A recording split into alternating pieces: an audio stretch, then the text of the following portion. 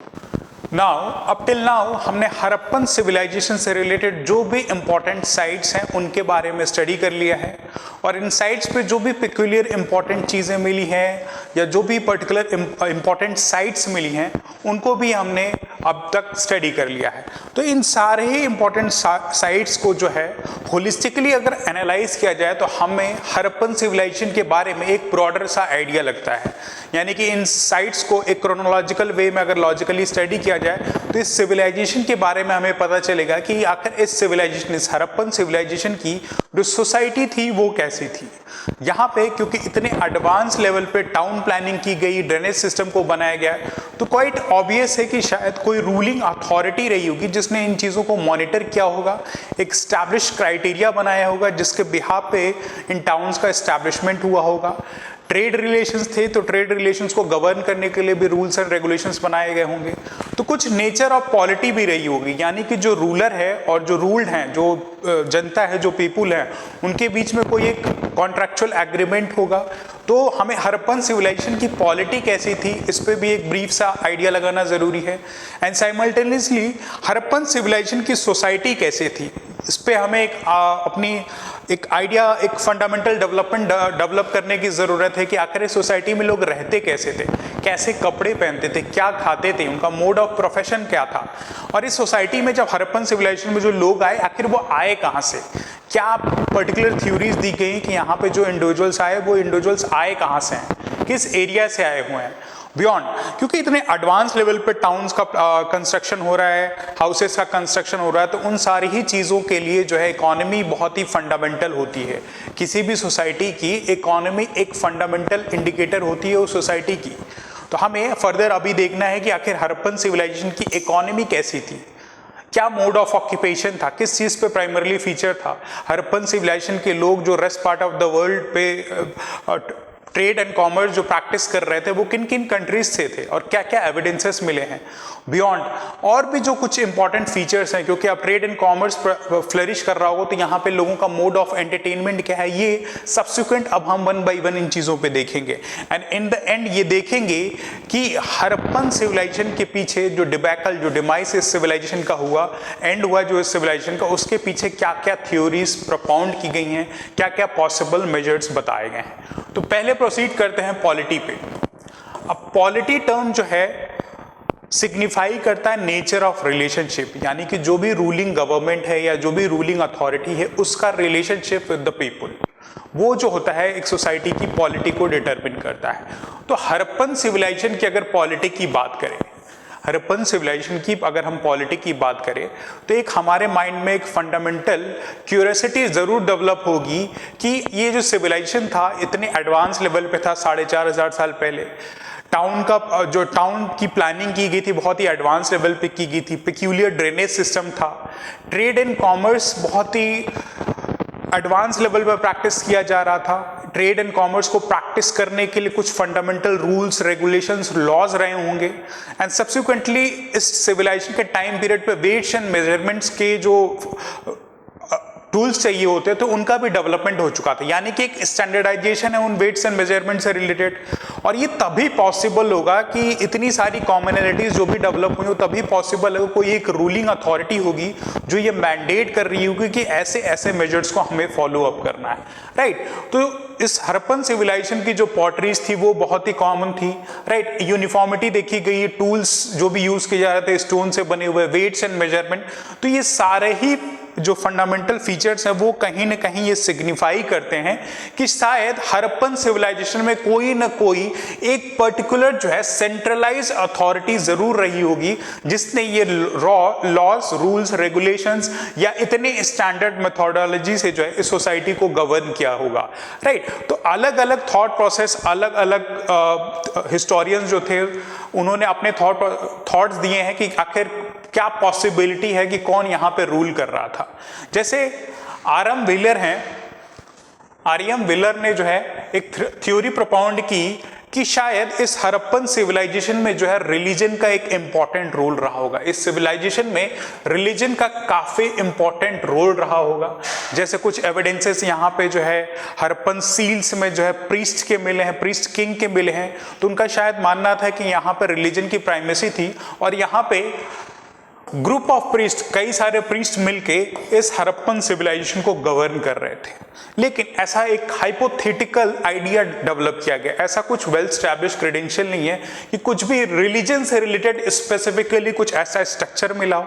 जैसे कोई भी टेम्पल इस हड़प्पन सिविलाइजेशन में नहीं पाया गया है जिससे ये हम आइडिया लगा सके कि रिलीजियस स्ट्रक्चर है, शायद यहाँ के लोग हिंदुइज्म को प्रैक्टिस करते हो।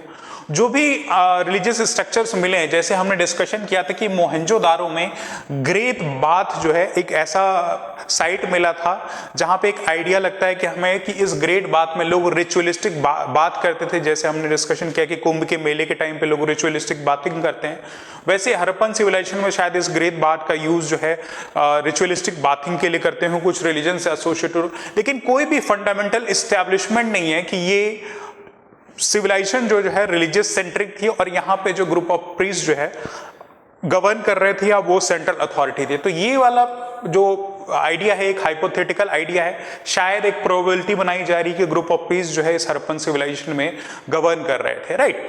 तो एक ये आइडिया आर.एम. व्हीलर ने जो है इस कंसेप्ट को दिया था। एंड सब्सिक्वेंटली सेकेंड पार्ट में एक प्रोबेबिलिटी जनरेट की गई थी। हड़प्पन सिविलाइजेशन में ट्रेड एंड कॉमर्स बहुत ही स्टैब्लिश फ्लरिश कर रहा था। ऑल्दो प्राइमरली एग्रीकल्चर प्रैक्टिस किया जा रहा था, लेकिन ट्रेड एंड कॉमर्स भी एक फ्लरिशिंग स्टेज पे था, बहुत ही प्रोमिनेंट ट्रेड हो रहा था।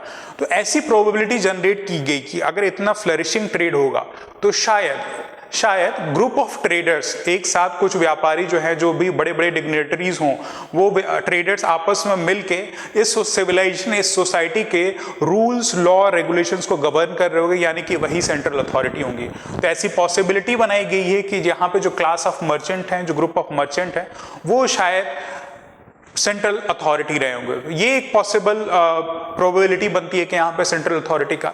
एंड सब्सिक्वेंटली एक और हिस्टोरियन है A.L. बैशम, इन्होंने बोला कि देयर इज अ पॉसिबिलिटी, क्योंकि हड़प्पन सिविलाइजेशन दो पार्ट में डिवाइडेड था। एक पार्ट में सिटाडेल बना हुआ था जो कि रेज प्लेटफॉर्म था, वहां पे जो रूलिंग अथॉरिटी थी ऐसा माना जाता है वो शायद रह रही थी। और सेकंड हाफ ऑफ द जो लोअर टाउन है, राइट, जो लोअर टाउन है वहां पे ऑर्डिनरी लोग रह रहे थे। तो ऐसी प्रोबेबिलिटी बनाई जा रही है कि शायद ये हड़प्पन सिविलाइजेशन एक थियोक्रेटिक स्टेट था, राइट, एक थियोक्रेटिक स्टेट था, ऐसी एक प्रोबेबिलिटी बनाई जा रही है, राइट। एंड सब्सिक्वेंटली जो फोर्थ प्रोबेबिलिटी बनाई गई कि इस हड़प्पन सिविलाइजेशन में हड़प्पा और मोहनजोदारो दो बड़े साइट्स हैं, जो सिटीज हैं, जो टाउन्स हैं, वहां पे शायद सिटी स्टेट लाइक पॉलिटी होगा, यानी कि जो सिटीज हैं उनको ऑटोनोमस पावर दी गई हुई अपने एरिया को गवर्न करने के लिए। जैसे आज के टाइम पे यू कैन सी कि मुंबई हुआ, दिल्ली हुआ, you know, these are the municipal corporation, bigger cities हैं, इनको बहुत सारे जो है लेजिस्लेटिव पावर्स दिए गए हैं अपने सिटी के गवर्नेंस के लिए। वैसे ही शायद हड़प्पा मोहनजोदारो भी city state type like feature जो है फॉलो अप करते होंगे, तभी इतने स्टैंडर्ड वे में यहाँ की अथॉरिटी या यहाँ का जो भी एडमिनिस्ट्रेशन है, जो भी सिविक कम्युनिटीज हैं, वो प्रॉपरली गवर्न हो सके।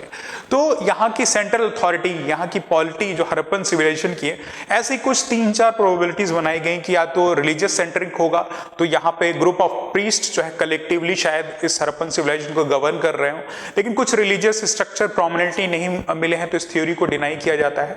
सब्सिक्वेंटली सेकंड पार्ट में शायद इन्होंने, जैसे हमने डिस्कशन किया कि एक ग्रुप ऑफ ट्रेडर्स हो सकता है, जैसे अंबानी अदानी आज के टाइम पे मिलके हम अगर बोले कि इंडिया एक ट्रेडिंग कंट्री है और अंबानी अदानी ऐसे प्रोमिनेंट इंडस्ट्रियलिस्ट मिलके इस कंट्री को गवर्न कर ले, तो वैसे कुछ आइडिया लगाया कि ग्रुप ऑफ ट्रेडर्स या ग्रुप ऑफ मर्चेंट्स यहाँ पे रूल कर रहे हैं। या तीसरी प्रोबेबिलिटी रखी गई कि ये हड़प्पन सिविलाइजेशन एक थियोक्रेटिक स्टेट था, थियोक्रेटिक इन कैरेक्टर्स था, क्योंकि यहाँ की जो सिटी का जो प्लानिंग है वो इस हिसाब से सिग्निफाई करता है। सब्सिक्वेंट फोर्थ जो है सिटी स्टेट का कैरेक्टर दिया गया है, यानी कि हड़प्पा मोहनजोदारो जैसी जो इंपॉर्टेंट सिटीज थी उनको ऑटोनॉमस पावर दे दी गई। तो ये तो कुछ ब्रीफ पॉलिटी से रिलेटेड, जो सेंट्रल अथॉरिटी से रिलेटेड एक आइडिया, एक रफ आइडिया जो अलग अलग हिस्टोरियंस ने दिया है। नाउ जो सब्सिक्वेंट इंपॉर्टेंट पार्ट है वो है सोसाइटी। आखिर हड़प्पन सिविलाइजेशन के टाइम पे यहाँ की सोसाइटी कैसी थी, यहाँ का समाज कैसा था, राइट। अगर आप आंख बंद करके अगर विजुअलाइज करें कि 4,500 साल पहले अगर हड़प्पन सिविलाइजेशन को विजुअलाइज करें तो आपके माइंड में कैसा एक आइडिया होगा कि यहाँ की सोसाइटी कैसे होगी, लोग कैसे रह रहे होंगे, क्या ड्रेसिंग कर रहे होंगे, कैसी उनकी ड्रेसिंग सेंस होगी, ड्रेसिंग के लिए कौन सा मटेरियल का यूज कर रहे होंगे, किन फूड आइटम्स को कंज्यूम कर रहे होंगे, राइट, कौन कौन से क्रॉप पे उनकी डिपेंडेंसी है। ये सारी चीजें एक हमारे माइंड में एक क्वेश्चन मार्क की क्यूरियोसिटी लेके आती है। तो जो भी इन साइट्स को, जो इंपॉर्टेंट हड़प्पन सिविलाइजेशन की साइट्स हैं, वहाँ पे जो भी material remains through archaeological excavation मिले, उनको स्टडी करके ये माना गया है कि जो हड़प्पन सोसाइटी थी, जो हड़प्पन सिविलाइजेशन की जो सोसाइटी थी, वो स्ट्रैटिफाइड सोशल स्ट्रक्चर था। स्ट्रैटिफाइड सोशल स्ट्रक्चर यानी कि स्ट्रैटिफाइड सोशल स्ट्रक्चर मतलब स्ट्रैटिफिकेशन है, अलग अलग प्रोफेशन से रिलेटेड लोग इस सिविलाइजेशन, इस सोसाइटी में रह रहे थे। जैसे अब एग्रीकल्चर हो रहा है तो फार्मर्स रह रहे होंगे, ट्रेडिंग की जा रही है तो ट्रेडर्स होंगे, पॉटरीज बनाई जा रही हैं तो पॉटर्स होंगे, और अलग अलग ऑर्नामेंट्स भी इस सिविलाइजेशन के टाइम के लोग पहनते थे। ऑर्नामेंट्स में उनका फोकस था, यानी कि ज्वेलरीज पहन रहे हैं, अलग अलग मेटल से बने हुए, जैसे हमने डिस्कशन किया कॉपर का यूज हड़प्पन सिविलाइजेशन में हो रहा था, सिल्वर का, गोल्ड का, और ये ब्रोंज सिविलाइजेशन थी तो अलग अलग स्मिथ भी रहे होंगे, यानी कि ज्वेलर्स रहे होंगे, कॉपर स्मिथ रहे होंगे, गोल्ड स्मिथ रहे होंगे, सिल्वर स्मिथ रहे होंगे। तो अलग अलग प्रोफेशन से लोग जो है सोसाइटी में, इस हड़प्पन सिविलाइजेशन सोसाइटी में रह रहे थे। तो ये सिग्निफाई करता है कि सिविलाइजेशन का जो सोशल स्ट्रक्चर था वो स्ट्रैटिफाइड था, राइट। ये तो हुआ कि किस किस प्रोफेशन से लोग रह रहे हैं। अब बात आती है कि इस हड़प्पन सिविलाइजेशन जो लोग रह रहे थे उनका नेचर ऑफ इनहेरिटेंस कैसा था। नॉर्मली आज की जो हमारी मॉडर्न इंडियन डे सोसाइटी में अब तक ये होता आ रहा था कि जो बड़ा बेटा है, जो एल्डेस्ट चाइल्ड है, उसको प्रॉपर्टी दे दी जाती थी, या सिर्फ मेल चाइल्ड जो होते थे उन्हीं के बीच में जो फादर की प्रॉपर्टी है वो डिस्ट्रीब्यूट होती थी। विमेन को कोई राइट नहीं होता। लेकिन सब्सिक्वेंट आज के टाइम पे सुप्रीम कोर्ट ने जो कॉर्पोरेशनरी राइट्स में जो है विमेन को भी इक्विवेलेंट राइट दे दिया कि बेटे और बेटी को समान अधिकार है। लेकिन 4,500 साल पहले क्या मोड और नेचर ऑफ इनहेरिटेंस था, हड़प्पन सिविलाइजेशन में नेचर ऑफ इनहेरिटेंस क्या है, इसका कोई भी अभी तक आइडिया नहीं लग पाया है कि what was the nature of inheritance. There is no clarity regarding the nature of inheritance in the Harappan society, कि आखिर इनहेरिटेंस कैसा होता था। नाउ जो सब्सिक्वेंट पार्ट में कि आखिर इस हड़प्पन सिविलाइजेशन में जो इंडिविजुअल्स थे, जो इस सोसाइटी में रह रहे थे, वो आखिर आए कहाँ से आए, कहीं से तो बिगनिंग हुई होगी। हमने अभी सब्सिक्वेंट क्रोनोलॉजी वाइज जो हिस्ट्री को पढ़ रहे हैं कि स्टोन एज से ग्रेजुअली कैसे ह्यूमन सिविलाइजेशन इवॉल्व हुई। तो ऐसा माना जाता है कि प्रोमिनेंटली 4 रेशियल जो टाइप्स हैं, राइट, वो इस हड़प्पन सिविलाइजेशन में है। जैसे एक ओपिनियन ये माना गया कि मेडिटेरियन रीजन से जो है इंडिविजुअल जो है माइग्रेट करके यहाँ हड़प्पन सिविलाइजेशन जो मॉडर्न डे पाकिस्तान और north western part of the India prominently, वहाँ पे ये मेडिटेरियन रीजन से लोग आए। सेकेंड है प्रोटो ऑस्ट्रेलाइट्स जनरली जो है अफ्रीकन रीजन से माइग्रेट करके इंडिया में आए। और तीसरा जो है मंगोलाइट्स जो है इस हड़प्पन सिविलाइजेशन में आए। और चौथा जो है अल्पाइन रीजन से, ऐसा माना जाता है कि यहाँ पे जो है माइग्रेट करके इस हड़प्पन सिविलाइजेशन में आए। लेकिन जो प्रोमिनेंट एस्टैब्लिश फैक्शन है वो इन्हीं टॉप 2 में है कि आइदर मेडिटेरियन और प्रोटो ऑस्ट्रेलाइड रीजन, यानी कि प्रोमिनेंटली अफ्रीकन रीजन से शायद इंडिविजुअल्स माइग्रेट करके यहाँ पे इस हड़प्पन सिविलाइजेशन में आए होंगे, राइट। तो प्रोमिनेंटली ये 2 रेशियल टाइप्स हैं जो इंडिया हड़प्पन सिविलाइजेशन में माइग्रेट करके आए, राइट। तो majority consisted of the former 2, in 2 prominent से आए। नाउ सब्सिक्वेंट इनकी ईटिंग हैबिट क्या थी, किन क्रॉप्स को खाते थे। तो हमने न्यूलिथिक स्टेज में देखा था, जब स्टोन एज के बारे में हम पढ़ रहे थे, कि प्रोमिनेंटली मेहरगढ़ रीजन में बार्ले और वीट जो है पहले ऐसे क्रॉप्स थे जिनको प्रोड्यूस किया गया था, इनका प्रोमिनेंट एग्रीकल्चर प्रोडक्शन हुआ था। और उसी रीजन में न्यूलिथिक स्टेज के बाद ये हड़प्पन सिविलाइजेशन फ्लरिश कर रही है। तो इस सिविलाइजेशन के लोग भी ऐसा स्टेपल फूड, जो कॉमन फूड था उनका, वो वीट एंड बार्ले था। गेहूं से बने हो सकता है, वो रोटियां बना रहे हो आटा वो करके, and barley that is jaw, यही इनका प्रोमिनेंट स्टेपल फूड था। इस सिविलाइजेशन, इस सोसाइटी के लोग प्राइमरली इसी स्टेपल फूड का देखे। तो और भी क्रॉप्स का प्रोडक्शन हो रहा है, सब्सिक्वेंट हम अभी एग्रीकल्चर वाले टॉपिक में देखेंगे। लेकिन प्राइमरली जो स्टेपल फूड था उनका वीट एंड बार्ले था। खा क्या रहे हैं ये हमने देख लिया, कहाँ से आए ये हमने देख लिया, नेचर ऑफ प्रोफेशन क्या है ये हमने देख लिया। अब what they use to wear, उनका जो क्लोथिंग स्टाइल था वो कैसा था, वो गारमेंट्स कैसा पहनते थे। तो जो क्लोथिंग स्टाइल के बारे में ये पता चला है कि जो भी क्लोथ्स वो पहन रहे थे वो कॉटन और वुल से बने हुए थे, और उनको सिल्क का भी आइडिया था। Cotton, silk along with the wool, in तीन प्रोमिनेंट फैब्रिक्स पे जो है ये अपने ड्रेसिंग सेंस जो उनका था, जो गारमेंट्स थे वो इनसे बने होते थे। और इन ड्रेसिंग्स पे कुछ इंपॉर्टेंट डिजाइन्स भी बनाई गई, जैसे कुछ एग्जांपल्स मिले हैं एक प्रीस्ट के, राइट। प्रीस्ट ने जो है एक शॉल पहना हुआ है, शॉल लाइक क्लोथ पहना हुआ है और उस पर कुछ फ्लावर डेकोरेशंस बनी हुई हैं। यानी कि एस्थेटिक्स पे भी टेक्सटाइल जो पहन रहे हैं उस पर जो है एस्थेटिक्स पे स्पेसिफिक फोकस भी रखा गया है। तो ऐसे फ्लावर डेकोरेशंस पे भी जो कपड़ों पे बनाए गए, ये देता है कि कैसे जो है एस्थेटिक्स पे इंपॉर्टेंट फोकस रखा गया है। एंड सब्सिक्वेंटली ये देखा गया है कि जो एविडेंसेस मिले हैं उसमें देखा गया है कि वुमेन जो है स्कैंटी ड्रेसेस पहनती थी, right. They used to wear scanty dresses, short skirts पहनती थी, राइट। तो आप विजुअलाइज कर सकते हो वुमेन की, फीमेल्स की ड्रेसिंग इस टाइम पे कैसे होती होगी। और मेल जो होते थे रोब टाइप स्ट्रक्चर जो है विथ एम्ब्रॉयडरीज जो है पहनते थे, राइट।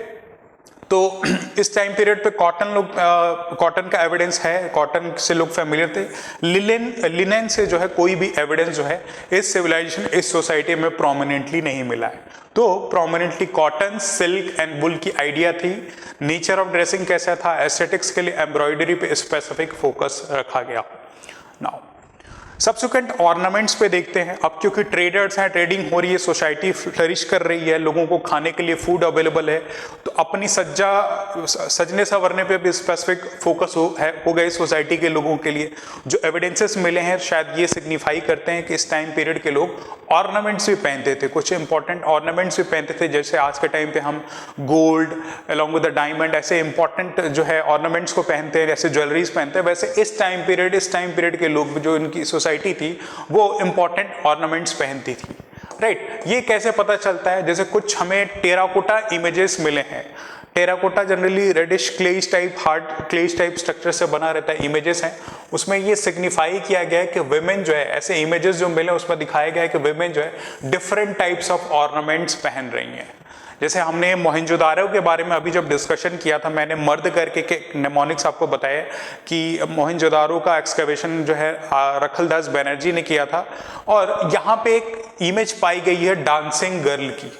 जो image, bronze image dancing girl की पाई गई है, उसमें इस इमेज में ये देखा गया कि ये जो डांसिंग गर्ल है इसने बैंगल्स, चूड़ियां पहनी हुई हैं इन लार्ज नंबर्स अपने अपर आर्म में। इस इमेज में जो वुमेन है उसने बैंगल्स पहने हुए हैं। तो कहीं ना कहीं एक स्पेसिफिक आइडिया देता है कि इस सिविलाइजेशन के लोग जो है ऑर्नामेंट्स को स्पेसिफिकली पहनते थे। कौन कौन से मेटल्स ऑर्नामेंट्स के लिए यूज किए जा रहे थे, अभी ये सब्सिक्वेंट देखेंगे। सब्सिक्वेंट नेक्स्ट में ये देखा गया कि इस टाइम पीरियड पे कोई भी एविडेंस नहीं मिला है फुटवेयर का, जूते चप्पल का कोई एविडेंस नहीं मिला है। शायद बेयर फुट रहते हो, नंगे पांव लोग ट्रैवल करते हो, चलते हो, तो कोई भी एविडेंस जो है फुटवेयर का नहीं मिला है। हेड्स पे, बाल पे काफी स्पेसिफिक फोकस देखा गया है। जैसे कुछ एविडेंसेस जो भी क्ले फिगर से मिले हुए हैं यहाँ पे एक्सकेवेशन के थ्रू, इसमें ये देखा गया है कि हेड्स पे, बाल को झाड़ने में, इनकी कॉम्बिंग में अलग अलग डिजाइनिंग्स रखी गई हैं। जैसे पोनी टेल छुटियां बनाई गई है, प्लेट, बंस, ऐसे करली हेयर्स रखे गए। तो ऐसे इन सब चीज़ों पे जो इंपॉर्टेंट फोकस रखा गया है। यानी कि 4,500 साल पहले भी सजने संवरने पे भी इस सोसाइटी के लोगों का स्पेसिफिक एम्फेसिस था, ब्यूटिफिकेशन की तरफ शायद उनका ध्यान हो। नाउ सब कुछ सही चल रहा है, खा पी रहे हैं, ट्रेड सही चल रहा है, अच्छे अच्छे ज्वेलरीज पहन रहे हैं, कपड़े पहन रहे हैं, तो एंटरटेनमेंट को हम कैसे भूल सकते हैं, राइट। आज की मॉडर्न डे सोसाइटी में भी यही, अगर आप अच्छे से खा रहे हैं, पी रहे हैं, रहने के लिए घर है, गाड़ी, घूमने के लिए गाड़ी है, तो एंटरटेनमेंट पे भी आपका फोकस होगा। मूवी देखने जाने के लिए या कहीं बाहर टूरिज्म के लिए जाने के लिए, कोई स्पोर्ट्स एक्टिविटी परस्यू करना अपने एंटरटेनमेंट के लिए। तो इस सोसाइटी की, इस हड़प्पन सिविलाइजेशन जो है, इस सोसाइटी में भी जो मोड ऑफ एंटरटेनमेंट देखा गया है कि शायद इस टाइम के लोग डाइस खेलते थे, जुआ शायद खेलते हो, राइट। तो डाइस प्लेइंग का हो सकता है, जैसे आज के टाइम पे हम लूडो खेलते हैं तो जो डाइस होता है, तो जो एविडेंसेस मिले हैं ये देखा गया है कि शायद डाइस प्लेइंग करते हो, जुआ खेलते हो, या फिर हंटिंग करते हो वाइल्ड एनिमल्स की। हंटिंग भी एक तरह का स्पोर्ट्स माना जाता हो, राइट। जो भी एविडेंसेस मिले हैं उससे ये माना जा सकता है कि ऐसे प्रोमिनेंट कुछ एंटरटेनमेंट फीचर्स देखे गए हैं। और कुछ और सिग्निफिकेंट जो स्ट्रैटिफिकेशन, सोशल स्ट्रैटिफिकेशन देखा गया है इस हड़प्पन सिविलाइजेशन की सोसाइटीज में, कुछ डिफरेंसेस जो पाए गए। जैसे आज के टाइम पे आप देखो जो प्रोमिनेंटली बड़ी बड़ी सिटीज़ हैं, दिल्ली हुई, मुंबई हुई, बैंगलोर, चेन्नई, हैदराबाद, जो बड़ी बड़ी सिटीज़ हैं जहाँ पे अमीर लोग रह रहे हैं, रिचर्स प्रोमिनेंटली ज़्यादा रिचर लेवल पे रह रहे हैं, वहाँ पे कुछ प्रोमिनेंट ऐसे चीज़ें मिलेंगी जैसे बड़ी बड़ी गाड़ियाँ, महंगी गाड़ियाँ देखने को मिलती हैं इन शहरों में एवरी नाउ एंड देन। छोटे शहरों में प्रोबेबिलिटी कम हो जाती है। वैसे इस सिविलाइजेशन में कुछ रेयर ऑब्जेक्ट्स पाए गए हैं, राइट। इस सिविलाइजेशन में कुछ रेयर ऑब्जेक्ट्स देखे गए हैं जो prominently bigger cities like, bigger towns like Harappa and Mohenjodaro में ही देखी गई है, यहीं पे पाई गई हैं। जैसे परफ्यूम के बॉटल जो है इन्हीं प्रोमिनेंट रेयर ऑब्जेक्ट्स हैं जो बहुत ही शौकीन लोग होंगे या रिच होंगे, क्योंकि बाहर से इंपोर्ट कराए जाते थे बाहर कंट्रीज, जैसे पर्शियन गल्फ वाले रीजन में उस समय की जो मेसोपोटामियन सिविलाइजेशन थी उनके साथ हड़प्पन सिविलाइजेशन के इंडिविजुअल्स का ट्रेडिंग रिलेशन था, तो शायद वहाँ से ये परफ्यूम बॉटल्स जो हैं इंपोर्ट कराते थे। तो ऐसे रेयर ऑब्जेक्ट्स भी पाए गए हैं जो इन्हीं प्रोमिनेंट सिटीज़ में देखा गया है। और कुछ और चीज़ें जैसे फैन से बनी हुई मिनिएचर स्पॉट्स हुए, राइट, प्रेशियस स्पॉट्स हुए या कुछ प्रेशियस स्टोन्स हुए, वो इन्हीं साइड से पाई गई हैं, राइट। तो कहीं ना कहीं सोशल स्ट्रैटिफिकेशन या ब्यूटिफिकेशन पे बहुत ज़्यादा एम्फेसिस हो, क्लास डिस्टिंक्शन होगा अमीर एंड गरीब का, तो ऐसी चीज़ें मिली हैं। नाउ अब एक सोसाइटी की सबसे इंपॉर्टेंट फीचर होती है पढ़ाई लिखाई। तो प्रोमिनेंटली 4,500 साल पहले क्या writing as a matter of practice इस हड़प्पन सिविलाइजेशन के लोग करते थे? तो answer is yes, there was a script that was being practice in this Harappan civilisation. Harappan civilisation में इनकी अपनी पर्टिकुलर स्क्रिप्ट थी, जो कि एक्सकेवेशन के बाद जो सील्स पाई गई हैं उन पे ऐसे स्क्रिप्ट्स लिखे हुए हैं। लेकिन हमने जब चैप्टर 1 डील किया था, जब बिगनिंग ऑफ दिस सीरीज हमने देखा था कि हिस्ट्री को 3 पार्ट में क्लासिफाई करते, pre history, proto historic and historic.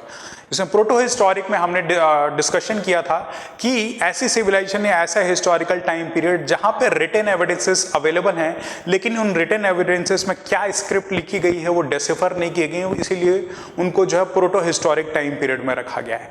And that is the specific reason कि हड़प्पन सिविलाइजेशन भी प्रोटो हिस्टोरिक टाइम पीरियड के एम्बिट में आता है, ऑल बिकॉज कि जो स्क्रिप्ट लिखी गई है वो अभी तक डिसिफर नहीं की गई है। क्या लिखा गया है हमें नहीं पता है।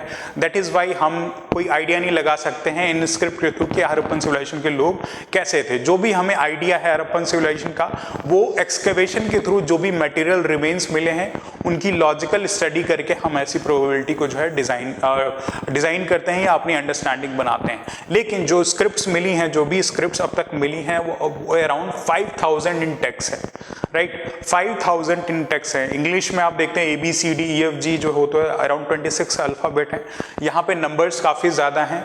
और इन स्क्रिप्ट्स पे पिक्टोग्राफी का यूज किया गया है। पिक्टोग्राफी अलॉन्ग विद इडियोग्राफिक, यानी कि आज के मॉडर्न डे आप जब मैसेजेस करते हो व्हाट्सएप पे, इमोजीज भेजते हो अपने इमोशनल एक्सप्रेशन को बताने के लिए, राइट, एक पिक्टोग्राफिक रिप्रेजेंटेशन अपनी भावनाओं को बताने के लिए।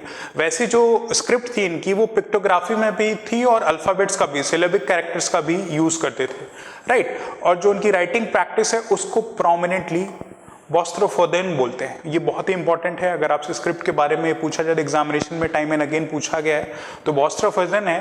और उनकी जो मोड ऑफ राइटिंग थी वो राइट से लेफ्ट लिखते थे एंड देन लेफ्ट से राइट, राइट से लेफ्ट देन लेफ्ट से राइट। तो ऐसे जो है इनकी स्क्रिप्ट लिखी गई थी और इसीलिए इनको जो पिस ऑफ काऊ बोला जाता है। जैसे हिंदी में NCERT अगर आप पढ़ें तो जो टर्म इसके लिए यूज किया गया वो है बैल मुत्ती, यानी कि यूरिन ऑफ द काऊ या बफेल ऑक्स जो होता है उसके उसी उनकी नेचर की तरफ जो है ये जो है स्क्रिप्ट लिखी गई है, राइट। लेकिन प्रोमिनेंटली जो स्क्रिप्ट है अभी तक डेसिफर नहीं की गई। तो हमने ब्रॉडली जो है हड़प्पन सिविलाइजेशन की जो सोसाइटी है इसको देख लिया कि अर्बन सिविलाइजेशन है, प्रोमिनेंटली एग्रीकल्चर प्रैक्टिस कर रहे हैं और अलग अलग प्रोफेशन से लोग यहाँ इंडिविजुअल्स हैं। यहाँ पे जो इंडिविजुअल्स आए वो मेडिटेरियन रीजन से, proto Australoid that is African region से, मंगोलियन रीजन से, अल्पाइन रीजन से प्रोमिनेंटली आए, राइट। यहाँ से ये इंडिविजुअल्स आए। बियॉन्ड अलग अलग ऑर्नामेंट्स पहन रहे हैं ये, राइट। ब्यूटिफिकेशन पे इनका स्पेसिफिक फोकस है, अपने हेयर की भी डिजाइनिंग पे इन्होंने फोकस रखा हुआ है। ये सारे इंपॉर्टेंट फीचर्स हमने देख लिए। कुछ रेयर ऑब्जेक्ट्स का भी यूज कर रहे हैं, एंटरटेनमेंट पे हंटिंग कर रहे हैं, राइट, डाइस से खेल रहे हैं। एंड प्रोमिनेंटली जो स्क्रिप्ट है वो डेसिफर नहीं की गई है। नाउ अब ये सोसाइटी है, लोग एक जगह रह रहे हैं, तो उस सोसाइटी को फ्लरिश करने के लिए या सोसाइटी को सर्वाइव करने के लिए एक इकोनॉमी की जरूरत होगी, अर्थव्यवस्था, वहाँ की इकोनॉमी कैसी है ये हमें देखने की जरूरत है। और एक इंपॉर्टेंट फीचर है, राइट। तो देखते हैं कि आखिर इस हड़प्पन सिविलाइजेशन की जो सोसाइटी थी उसके इकोनॉमिक फीचर्स क्या थे, क्या इंपॉर्टेंट फीचर्स थे। अब तक हमने ये समझ लिया है कि हड़प्पन सिविलाइजेशन अर्बन सिविलाइजेशन है, लोग शहरों में रह रहे हैं, राइट।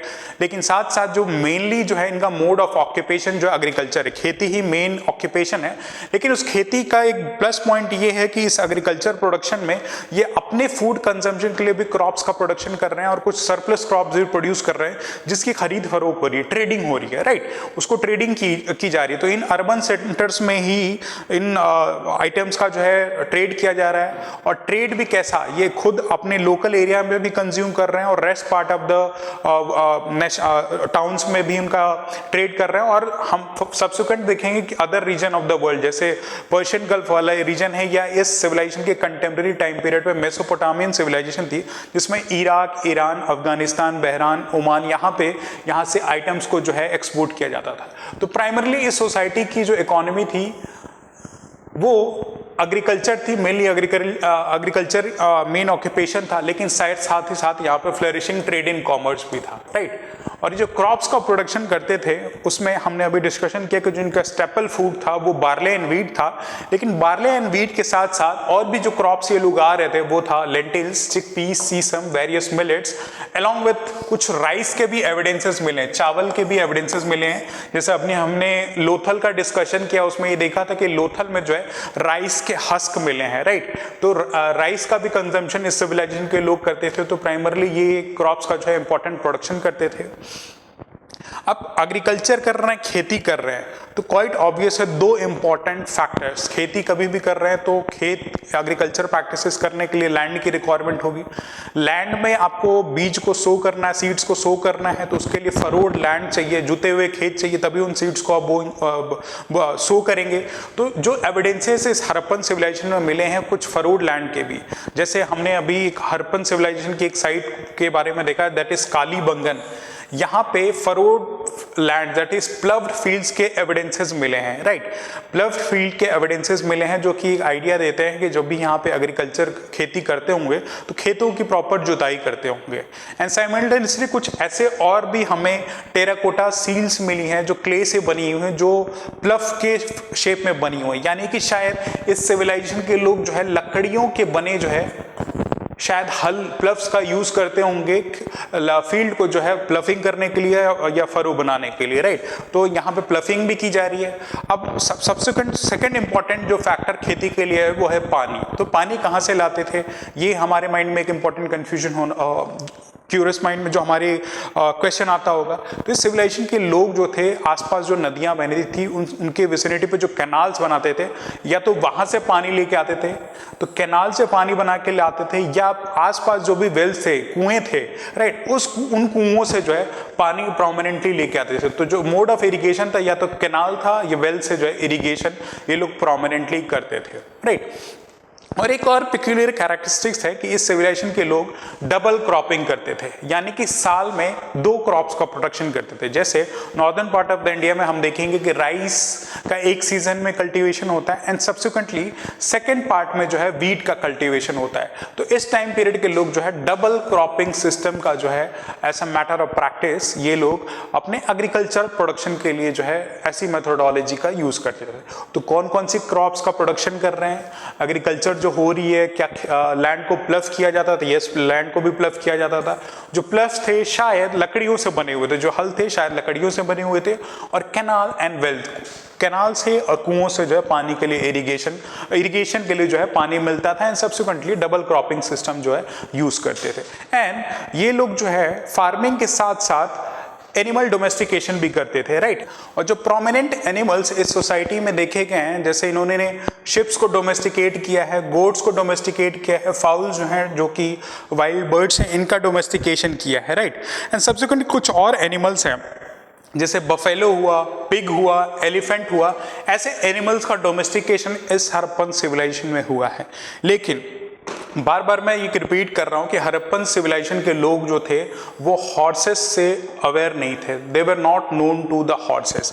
हॉर्सेस के कहीं भी यहाँ पे जो है प्रोमिनेंटली कुछ फॉसिल्स, ऑल्दो एक फॉसिल जो है सुरकोतादा में मिला है, लेकिन जो इस सिविलाइजेशन के लोग प्रोमिनेंटली हॉर्स से नोन नहीं थे, अवेयर नहीं थे। ये नोट करने की बात है, time and again I am repeating कि एग्जाम्स में इस कंसेप्ट पे बेस्ड प्रोमिनेंटली क्वेश्चंस पूछे जाते हैं, तो कंफ्यूज करने की जरूरत नहीं है, राइट। बियॉन्ड अब इस सिविलाइजेशन, इस सोसाइटी के लोग वेजिटेरियन के साथ साथ नॉन वेजिटेरियन भी थे, यानी कि फिशेस को भी खाते थे, बर्ड्स को भी खाते थे, राइट। तो एक तरह से ओमनीवर्स कल्चर रहा होगा, अपने चॉइसेस के बिहाफ पे वेज नॉन वेज जो भी खाना है जैसे आज के सोसाइटी में वैसे खाते थे। और जो भी इस टाइम पीरियड के जो एनिमल्स थे या कैटल्स थे, राइट, प्रोमिनेंटली जो कैटल्स थे, काउस, बफेलोस, उनको जो है जेबू बोला जाता है। एक factual part of the point है कि उनको जो है जेबू बोला जाता था। और इनकी आइडिया हमको कैसे मिलती है? इनकी आइडिया हमें मिलती है जो सील्स मिले हैं, जो सील्स एक्सकवेशन में मिले हैं, उन सील्स पे इन एनिमल्स का रिप्रेजेंटेशन मिला है, जिससे हमें एक आइडिया लगता है कि इस सोसाइटी में शायद ये एनिमल्स जो है पाए जाते थे, राइट। ऐसे एविडेंसेस मिले हैं। बियॉन्ड कुछ और एनिमल्स यहाँ पे पाए गए, जैसे वाइल्ड बोर देखा गया है, डियर देखा गया है, घड़ियाल यहाँ पे इंपॉर्टेंट हड़प्पन साइट्स पे देखे गए। तो इन कुछ एनिमल्स का डोमेस्टिकेशन किया जाता है। बियॉन्ड दैट कुछ एनिमल्स को जो है जैसे फिश एंड बर्ड को ये लोग कंज्यूम कर रहे हैं, और कुछ और एनिमल्स के जो है एविडेंसेस ऑन सील्स मिले। तो हमें एक रफ सा आइडिया मिल जाता है कि इस सोसाइटी में, सिविलाइजेशन में कौन कौन से एनिमल शायद पाए जाते हैं। बियॉन्ड सोसाइटी है, फ्लरिश कर रही है, ट्रेड एंड कॉमर्स प्रमोट हो रहा है, तो क्राफ्ट पे भी स्पेसिफिक फोकस होगा। आज के टाइम पे भी स्पेसिफिक फोकस जो है क्राफ्ट पे होता है। तो क्राफ्ट प्रोडक्शन भी जो है हड़प्पन सिविलाइजेशन की जो इकोनॉमी थी उसका एक बहुत ही इंपॉर्टेंट फीचर था, right. It was really important part of the Harappan economy. और इस क्राफ्ट प्रोडक्शन में जो एविडेंसेस मिले हैं उनमें जो इंपॉर्टेंट फीचर्स देखे गए हैं वो क्या है कि बिड्स और ऑर्नामेंट मेकिंग इस टाइम की जो सोसाइटी थी वो प्रोमिनेंटली कर रही थी। बिड्स यानी कि जो नेकलेसेस हम पहनते हैं, जो मालाएं हम पहनते थे, उनको बिड्स बोलते हैं। एंड साइमल्टेनियसली कुछ ऑर्नामेंट्स भी हमने अभी देखा कि ज्वेलरीज ऑर्नामेंट जो है सिविलाइजेशन के लोग पहन रहे हैं। और ये जो ऑर्नामेंट्स और बिड्स थी, राइट, ये अलग अलग मेटल्स की बनी हुई हैं, प्रेशियस स्टोन्स की बनी हुई हैं। Precious stones like carnelian, jasper, crystal, steatite and simultaneously कुछ मेटल्स, ये तो सेमी प्रेशियस स्टोन्स हो गए। कुछ मेटल्स जैसे कॉपर का यूज किया जा रहा है। तो अगर आपसे एग्जामिनेशन में पूछा जाए कि किन मेटल्स का यूज इस हड़प्पन सिविलाइजेशन में किया जा रहा है, तो यहाँ पे देखो आप, कॉपर के ऑर्नामेंट्स का यूज किया जा रहा है। कॉपर में टिन मिला देते हैं तो कॉपर टिन मिलाने के बाद ब्रोंज हो जा रहा है। गोल्ड है, सोना पाया जा रहा है, तो गोल्ड इस सिविलाइजेशन के लोग ऑर्नामेंट्स बनाते हैं, तो यानी कि गोल्ड पाया जा रहा है। शेल है, खड़ी जो है, फेंस है, टेराकोटा है, बर्न्ड क्ले, इन सारी चीजों से बने हुए ऑर्नामेंट्स और क्राफ्ट्स का जो है प्रोमिनेंट प्रोडक्शन जो है इस सोसाइटी के लोग करते थे। और उसको एक्सपोर्ट भी करते थे, अपने यहाँ डोमेस्टिक लेवल पे प्रोड्यूस कर रहे हैं, उनका एक्सपोर्ट कर रहे हैं ताकि उनको रेवेन्यू मिले या उनका ट्रेड फ्लरिश हो, तो एक्सपोर्ट करते थे rest part of the world में। किसमें? प्रोमिनेंटली मेसोपोटामियन जो कंटेम्प्रेरी सिविलाइजेशन थी वहाँ पे जो है इन आइटम्स को एक्सपोर्ट करते हैं। और उसके कुछ एविडेंसेस मिले इन मेसोपोटामियन साइट्स पे, जो एविडेंसेस मिले हैं वो ये फैक्ट को इस्टेब्लिश करते हैं। कुछ सील्स पाई गई यहाँ की हड़प्पन सिविलाइजेशन की, वहाँ मेसोपोटामियन साइट्स पे, जो ये फैक्ट को इस्टेब्लिश करते हैं कि शायद इनके बीच में ट्रेडिंग रिलेशंस रहा होगा, राइट। तो ऐसे ऐसे क्राफ्ट्स का ये प्रोडक्शन करते थे। अब जो क्राफ्ट्स के प्रोडक्शन के लिए सेमी प्रेशियस स्टोन्स या इन मेटल्स को जो ये लोग यूज कर रहे हैं, आखिर उनकी साइट कहाँ थी, कहाँ से ये सेमी प्रेशियस स्टोन्स या ये मेटल्स जो है ये लोग पा रहे हैं, उस पर थोड़ा सा ब्रीफ देख लेते हैं। कि जैसे शेल के बारे में हम देखा, तो शेल को जो है ऐसा मटेरियल जो है ये प्रोमिनेंटली नागेश्वर और बालाकोट रीजन से ये लोग ऑब्टेन करते थे। एक इंपॉर्टेंट स्टोन है लैपिस लेजुलाई, राइट, ये ब्लूइश शाइनी कलर का होता है, नीले कलर का जो होता है शाइनी, एक प्रेशियस स्टोन है जो कि अफगानिस्तान के सौतगई से पाया जा रहा है। कार्नेलियन जो है लोथल, हमने डिस्कशन किया था कि लोथल से पाया जा रहा है। स्टियटाइट जो है southern part of the Rajasthan से। कॉपर जो है राजस्थान अलॉन्ग विद ओमान जो है। गोल्ड जो है southern part of the India में जो है कर्नाटका में कोलार माइंस जैसे आज के टाइम पे हम डिस्कस करते हैं, तो southern part of the India से जो है गोल्ड पाया जा रहा है। तो आर्ट एंड क्राफ्ट पे भी इंपॉर्टेंट फैसिस था और ये आर्ट एंड क्राफ्ट एक्सपोर्ट किया जाता था other part of the world, और इसीलिए ये हड़प्पन सिविलाइजेशन की जो सोसाइटी थी उसकी इकोनॉमी का एक इंपॉर्टेंट और इंटीग्रल हिस्सा था, बहुत ही वाइटल रोल प्ले करता था। नाउ अब तक तो ये स्टैब्लिश हो गया है मेरे डिस्कशन से कि इस हड़प्पन सिविलाइजेशन के लोग जो है ट्रेड एंड कॉमर्स में बिलीव रखते थे, और इनका ट्रेड एंड कॉमर्स जो था वो प्रोमिनेंटली इनलैंड भी था, यानी कि आपस में जो रीजनल साइट्स थी, इंपॉर्टेंट साइट्स, उनके बीच में भी करते थे, और इंटरनेशनली भी, यानी कि इंटरनेशनली मेसोपोटामियन सिविलाइजेशन में हमने जैसे डिस्कशन किया कि अब आज की जो मॉडर्न डे कंट्रीज हैं, Oman, Bahrain, Iraq, Iran, Afghanistan, इन सारे साइट्स पे जो प्रोमिनेंटली उस टाइम की सुमेरियन साइट्स थी, उनके साथ ट्रेडिंग रिलेशन करते थे।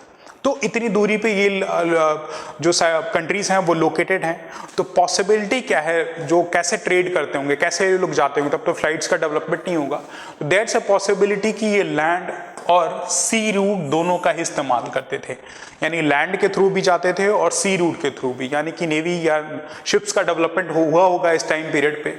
आसपास की जो विसिनिटी थी, जैसे अफगानिस्तान और ईरान तक के एरिया में, इस सिविलाइजेशन, इस सोसाइटी के लोग बाई लैंड रूट जो है ट्रैवल करके जाते थे, शिप्स के थ्रू जो है ट्रैवल लैंड के थ्रू जो है जाते थे, एंड सब्सिक्वेंट जो है अगर इनको इराक तक जाना है तो वाया बहरेन होते हुए जाते थे। बहरेन को ऐसा इंटरमीडिएरी स्पॉट बोला जाता है, बिचौलिया बोला जाता है, कि इस स्पॉट पे जो है ट्रेडिंग होती थी। जैसे आज के टाइम पे भी देखो, आपकी फ्लाइट जो है यूजुअली दुबई या मिडिल ईस्ट वाले रीजन में, अगर western part of the world में जा रहा हो तो ले ऑफ होता है या एक तरह का स्टॉपेज होता है। वैसे बहरेन एक तरह का जो है मिडिल पॉइंट था इस हड़प्पन सिविलाइजेशन में, जहाँ पे हड़प्पा से गुड्स जाती थी, बहरेन पे स्टॉप करते थे, वहाँ से फिर फर्दर इराक, एंड प्रोमिनेंटली इस पूरे जो उस समय की जो कंटेम्प्रेरी मेसोपोटामियन सिविलाइजेशन थी, वहाँ पे ये एक्सपोर्ट एंड इंपोर्ट ये लोग प्रोमिनेंटली करते थे। यानी कि इस सिविलाइजेशन के लोग internally as well as external trade करते थे, और जो ट्रेड होता था वो लैंड और सी रूट के थ्रू होता था। तो अब एक और क्वेश्चन आएगा कि आखिर जो इस टाइम पीरियड के लोग ट्रेड कर रहे थे, क्या कोई लोकल करेंसी थी, कुछ मेटल कॉइनेज का यूज कर रहे थे, या कैसे एक्सचेंज होता था गुड्स का? तो जो एविडेंसेस मिले हैं उसमें कहीं भी मेंशन नहीं है मेटेलिक मनी का, कि कहीं पे भी मेटेलिक मनी का यूज किया गया हो। प्रोमिनेंटली हो सकता है कि बार्टर सिस्टम प्रैक्टिस किया जा रहा हो, राइट, बार्टर सिस्टम प्रैक्टिस किया जा रहा हो। बार्टर सिस्टम से आप क्या समझ रहे हैं? बार्टर सिस्टम में जनरली एक्सचेंज ऑफ गुड्स होता है। जैसे मैं आलू का प्रोडक्शन कर रहा हूँ, आप प्याज का प्रोडक्शन कर रहे हो, राइट, तो आलू की रिक्वायरमेंट तो मैं प्रोड्यूस करके अपना कर ले रहा हूँ, प्याज की रिक्वायरमेंट को प्याज का प्रोडक्शन करके अपनी रिक्वायरमेंट पूरी कर ले रहे हैं। लेकिन मुझे प्याज की जरूरत पड़े और आपको आलू की जरूरत पड़े, तो क्या करेंगे हम? एक दूसरे से एक्सचेंज करेंगे। वही प्रोमिनेंटली जो है बार्टर सिस्टम बोला जाता है। तो इस टाइम पीरियड के लोग शायद प्रोमिनेंटली जो है बार्टर सिस्टम को प्रोड्यूस करते हो। जैसे हड़प्पन सिविलाइजेशन के लोग एग्रीकल्चर प्रोड्यूस कर रहे हैं, वीट प्रोड्यूस कर रहे हैं, राइस है, कॉटन है, ये सारी चीज़ों को प्रोडक्शन कर रहे हैं, और भी नेचुरल रिसोर्सेज से रिच जो इस रीजन में पाए जाते हैं, इनका एक्सपोर्ट इस मेसोपोटामियन रीजन में कर रहा हूँ। यहाँ से सेमी प्रेशियस स्टोन्स लेके आ रहे हो। हमने अभी देखा परफ्यूम का यूज किया जा रहा, तो शायद परफ्यूम इंपोर्ट करा रहे हो। तो ऐसे बेस्ड ऑन बार्टर सिस्टम ये लोग ट्रेड प्रैक्टिस करते थे, राइट। तो आखिर ये जो चीजें हम बोल रहे हैं ये स्टैब्लिश कैसे होता है? आप ये माइंड में क्वेश्चन आएगा कि आप ये कैसे बोल रहे हो, कुछ एविडेंसेस भी तो अवेलेबल होंगे। तो यस, देयर आर एविडेंसेस जैसे कुछ मिले हैं क्यूनिफॉर्म इंस्क्रिप्शंस। हर मेसोपोटामियन साइट्स पे जो है, मेसोपोटामिया जो है मॉडर्न डे जो इराक है, वहाँ पे एक टाइम पे मेसोपोटामियन सिविलाइजेशन फ्लरिश कर रही थी। वहाँ पे एक इंस्क्रिप्शन पाया गया है। उस इंस्क्रिप्शन में जो है एक टर्म यूज किया गया, मेलुआ। ये टर्म जो है मेलुआ टर्म जो है यूज किया गया है, जो प्रोमिनेंटली सिग्निफाई करता है हड़प्पन सिविलाइजेशन के बारे में, राइट। मेलुआ टर्म जो है उस समय हड़प्पन सिविलाइजेशन के बारे में यूज किया जाता था, राइट। और हड़प्पा से रिलेटेड जो भी सील्स थी, जो भी वेट्स यूज किए जा रहे थे, जो भी डाइसेस थी, वो इन मेसोपोटामियन जो साइट्स हैं वहाँ पे इनके सील्स, ये सारे एविडेंसेस मिले हैं। तो ये एक वेल एस्टैब्लिश फैक्टर क्रिएट करते हैं कि इन मेसोपोटामियन सिविलाइजेशन जो है और ये कंट्रीज जो है प्रोमिनेंटली जो है हमारे हड़प्पन सिविलाइजेशन के साथ जो है प्रोमिनेंटली जो है ट्रेड करती थी, राइट। और क्या क्या एक्सपोर्ट किया जाता था वो अभी हमने डिस्कशन किया ही थे। Carnelian important semi precious stones like lapis lazuli, copper, gold, इन सारे आइटम्स को जो है मेसोपोटामियन को जो है एक्सपोर्ट किया जाता था। तो यू कैन सी कि कैसे ट्रेडिंग रिलेशन थे, डोमेस्टिक भी हैं, इंटरनेशनल भी हैं, लैंड पे ट्रेड हो रहा है, साथ ही साथ लैंड के सी के थ्रू भी ट्रेडिंग की जा रही है, राइट। अब एक और इंपॉर्टेंट फीचर यहाँ पे है वेट्स एंड मेजर्स का, राइट। अब बार्टर सिस्टम तो कर रहे हैं, लेकिन इतना तो है नहीं कि ढेर सारा एक पूरा ट्रक से भरा हुआ लोड आप दे दें और साथ में एक छोटे से कटोरी की साइज का कोई गुड आप लेके आए। तो वेट्स एंड मेजरमेंट्स पे भी सोसाइटी के टाइम पीरियड पे स्पेसिफिक फोकस रखा गया था, और वेट्स एंड मेजरमेंट रखा जा रहा है। तो एक चीज है स्टैंडर्डाइजेशन, मतलब ब्रॉडरली जो है सोसाइटी में एक अंडरस्टैंडिंग होगी कि ये वेट अगर इतना है तो इतनी क्वांटिटी का गुड शायद होता होगा। जैसे आज के टाइम पे रफ एग्जांपल मैं आपको दूं, 1 केजी का आप कोई गुड मान लो, जैसे कोई वेजिटेबल आप खरीदो, कोई सब्जी खरीदो 1 केजी को, तो आपको एक रफ आइडिया है, क्योंकि मेरे अंदर भी वही अंडरस्टैंडिंग है और आपके अंदर में भी यही अंडरस्टैंडिंग, क्योंकि हमारी गवर्नमेंट में ये एक स्टैंडर्डाइज मेजर दिया है कि इतना 1 केजी में गुड्स आता है। तो उस टाइम पे भी वेट्स एंड मेजरमेंट पे स्पेसिफिक फोकस रखा गया था। क्यूबिकल वेट्स, चर्ट वेट्स पाए गए, राइट, इन हड़प्पन साइट से अनर्थ किए गए हैं एक्सकवेशन के टाइम पीरियड पे, और उनका जो रेशियो देखा गया है कि जो रेशियो ऑफ वेट है वो ग्रेजुअली 1:2, 4:8, 16:13 ऐसे मेजर्स में ग्रेजुअली जो है इंक्रीज करता है, राइट। जो सबसे स्मॉलेस्ट वेट मेजर है वो 16th रेजिम अराउंड 13 ग्राम का है, 13.63 ग्राम का जो स्मॉलेस्ट वेट मेजर जो है इस सिविलाइजेशन के टाइम पीरियड पे पाया गया है। तो वेट्स एंड मेजरमेंट पे भी स्पेसिफिक फोकस रखा गया है, और ये इनडायरेक्ट आपको हिंट करते हैं कि शायद कुछ ऐसी सेंट्रल अथॉरिटी रही होगी, जो अभी मैंने डिस्कस किया, जो इन चीजों को डिटरमिन कर रही होगी। नाउ नेक्स्ट, अब ये हमें ध्यान देने की जरूरत है कि आखिर इस सिविलाइजेशन, इस सोसाइटी के लोग किन मेटल्स का यूज करते थे, किन टूल्स का यूज करते थे, और ऑल्दो ये लोग प्रोमिनेंटली एग्रीकल्चर कर रहे हैं, ट्रेडिंग कर रहे हैं, पर क्या वेपन्स का भी यूज होता होगा, और वेपन्स थे तो कैसे थे। तो जो मेटल्स प्राइमरली इस हड़प्पन सिविलाइजेशन में लोग यूज कर रहे थे, क्योंकि ये सिविलाइजेशन को जो है इंडस वैली सिविलाइजेशन के साथ साथ हम ब्रोंज एज सिविलाइजेशन भी बोलते हैं, right. This civilisation is also known as bronze age civilisation, right. तो ब्रोंज से बनी हुई टूल्स का जो है प्रोमिनेंट यूज, या ब्रोंज ऐसा मेटल जो प्रोमिनेंटली इस टाइम पीरियड पे कर रहे होंगे, तभी इस सिविलाइजेशन को हम ब्रोंज एज सिविलाइजेशन बोलते हैं, राइट।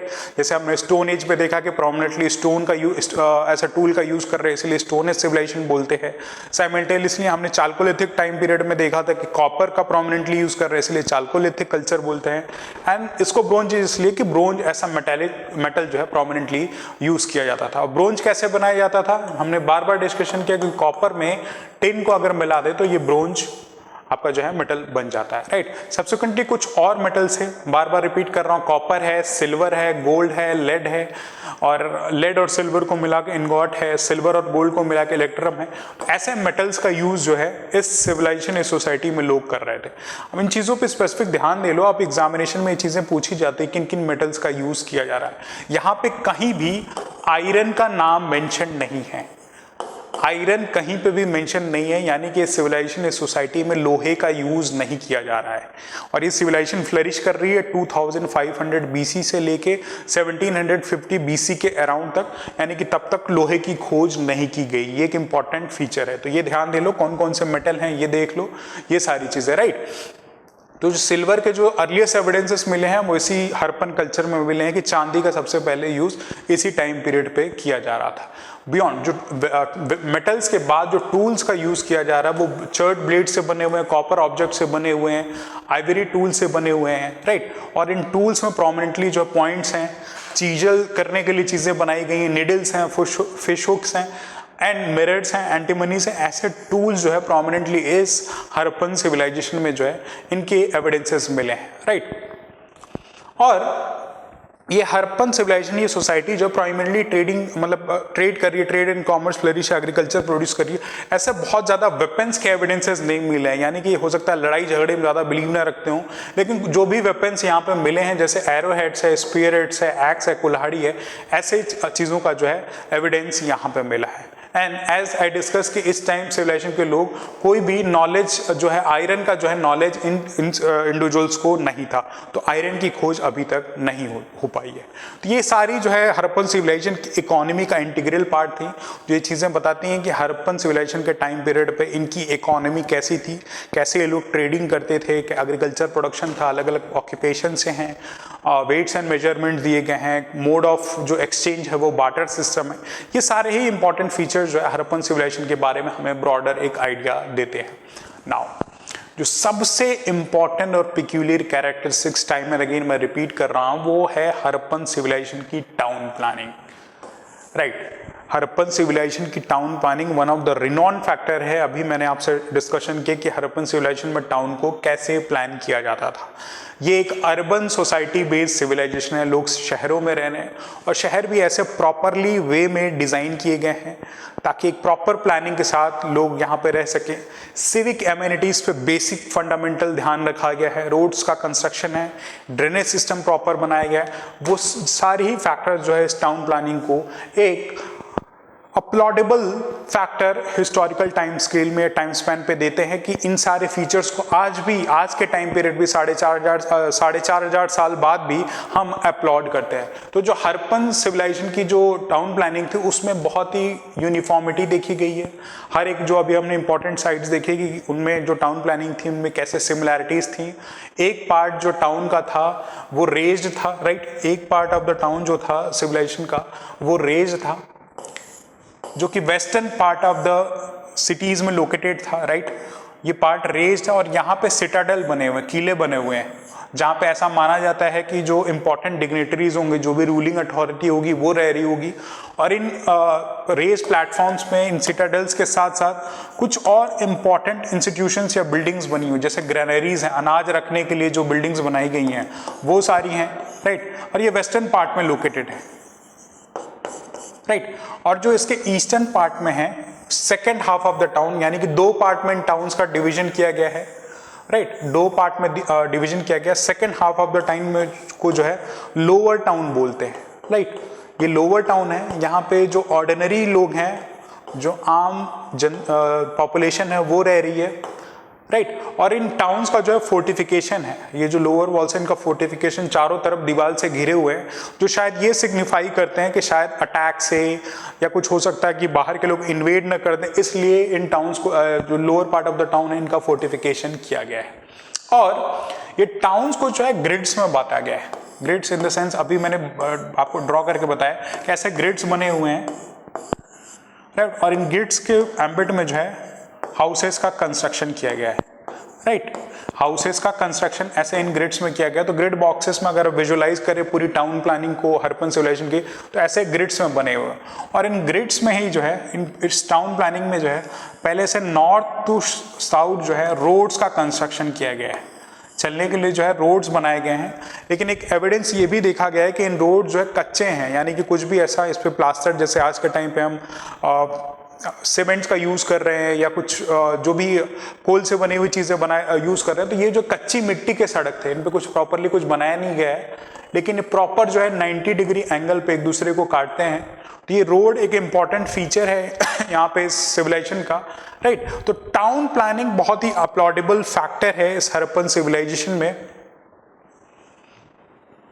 टाउन प्लानिंग एक इम्पॉर्टेंट फीचर है जिसमें हमने डिस्कशन किया कि जो western part of the town है वहाँ पे सिटाडेल बने हुए हैं, जो रेज पार्ट है जहाँ पे सिटी के जो रूलर है वो रह रहे हैं, कुछ इंपॉर्टेंट पब्लिक बिल्डिंग्स हैं, ग्रैनरीज हैं, वो उस साइड पे लोकेटेड है।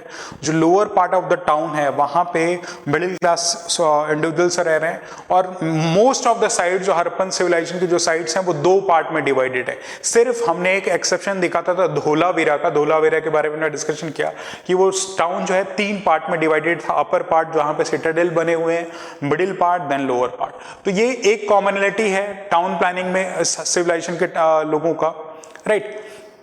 कुछ एविडेंसेस जो फोर्टिफिकेशन का हमने डिस्कशन किया कि कैसे जो है lower part of the town में जो फोर्टिफिकेशन देखा गया वो जैसे आपकी सुरकोतादा है, कालीबंगन है, यहाँ पे जो है ऐसा एविडेंसेस मिले हैं फोर्टिफिकेशन की कि बाहर का टाउन को जो है फोर्टिफाई कर दिया जाए ताकि लोग जो है वहाँ के लोग जो है प्रोटेक्टेड रहे, कहीं बाहर से इन्वेजन ना हो। तो एक टाउन प्लानिंग में एक इंपॉर्टेंट फीचर है, सिटी को 2 पार्ट में डिवाइडेड है, Citadel and lower part of the town. Now subsequently कुछ और जो इंपॉर्टेंट फीचर हमने डिस्कशन किया ग्रिड पैटर्न में, कैसे टाउन जो है ग्रिड्स में बटे हुए हैं और जो स्ट्रेट्स और लेन है एक दूसरे को राइट एंगल पे डिवाइड करती हैं, राइट। रेक्टेंगुलर ब्लॉक्स बने हुए हैं और सड़कें जो है काफ़ी चौड़ी हैं, राइट। अराउंड 30 फीट्स की जो है रोड्स हैं जो नॉर्थ साउथ डायरेक्शन में रन करती हैं, राइट। और इन स्ट्रीट्स का और लेन्स का जो पेवमेंट नहीं है, यानी कि एक अच्छी सड़क है, कोई पेवमेंट नहीं किया गया है, ये एक इंपॉर्टेंट फीचर है। नाउ इस ग्रिड पैटर्न टाउन प्लानिंग के अलावा जो सब्सिक्वेंट इंपॉर्टेंट फीचर है वो है ड्रेनेज सिस्टम का। ड्रेनेज सिस्टम का जो है एक इम्पॉर्टेंट फीचर है इस हड़प्पन सिविलाइजेशन के टाउन में, जिसमें ये देखा गया है कि जो भी हाउसेस हैं, जो भी घर बने हुए हैं, उन हाउसेस से छोटे छोटे ड्रेनेजेस निकल रहे हैं और वो ड्रेनेज इन द एंड जो है एक मेन ड्रेनेज सिस्टम से जाके कनेक्ट होता है और सारा ही ड्रेनेज जो है ऑल टुगेदर जो ये ड्रेनेज है वो प्रॉपरली कवर्ड है मोटर से, लाइन से, जिम से बने हुए प्रॉपरली कवर्ड है, कहीं पे भी ओपनिंग नहीं है। जो भी ड्रेनेज सिस्टम में ओपनिंग है वो इंस्पेक्शन होल है। आज के टाइम में आप देखो कि नालियों के ऊपर ऐसे इंस्पेक्शन होल बने रहते हैं ताकि वहां से इंस्पेक्ट किया जा सकता है कि कहीं ऐसा तो नहीं नाली भर चुकी है। तो प्रॉपर इस ड्रेनेज सिस्टम पे एम्फेसिस फोकस है, यानी कि इस टाइम पीरियड 4,500 साल पहले लोगों की सिविक एमिनिटीज पे कितना स्पेसिफिक एम्फेसिस था, ये हमें कहीं ना कहीं ये सिग्निफाई करता है। नाउ इस टाइम पीरियड पे जो हाउसेस बने हुए थे, जो घर बने हुए थे, वो या तो सिंगल स्टोरी थे या डबल स्टोरी थे, 2 फ्लोर के घर थे या 2 से ज्यादा फ्लोर हो या सिंगल फ्लोर हो, राइट। और उन हाउसेस का एक फीचर ये भी था कि बहुत ही मोनोटोनस से थे, बहुत उस पर आर्टिस्टिक क्रिएशन नहीं देखा गया, मोनोटोनस फीचर एक देखा गया है। और जो हाउसेस थे उनकी जो खिड़कियां हैं, ऐसा नहीं देखा गया कि घरों जो मेन सड़क है उसी के साइड पे जो है विंडो ओपन है।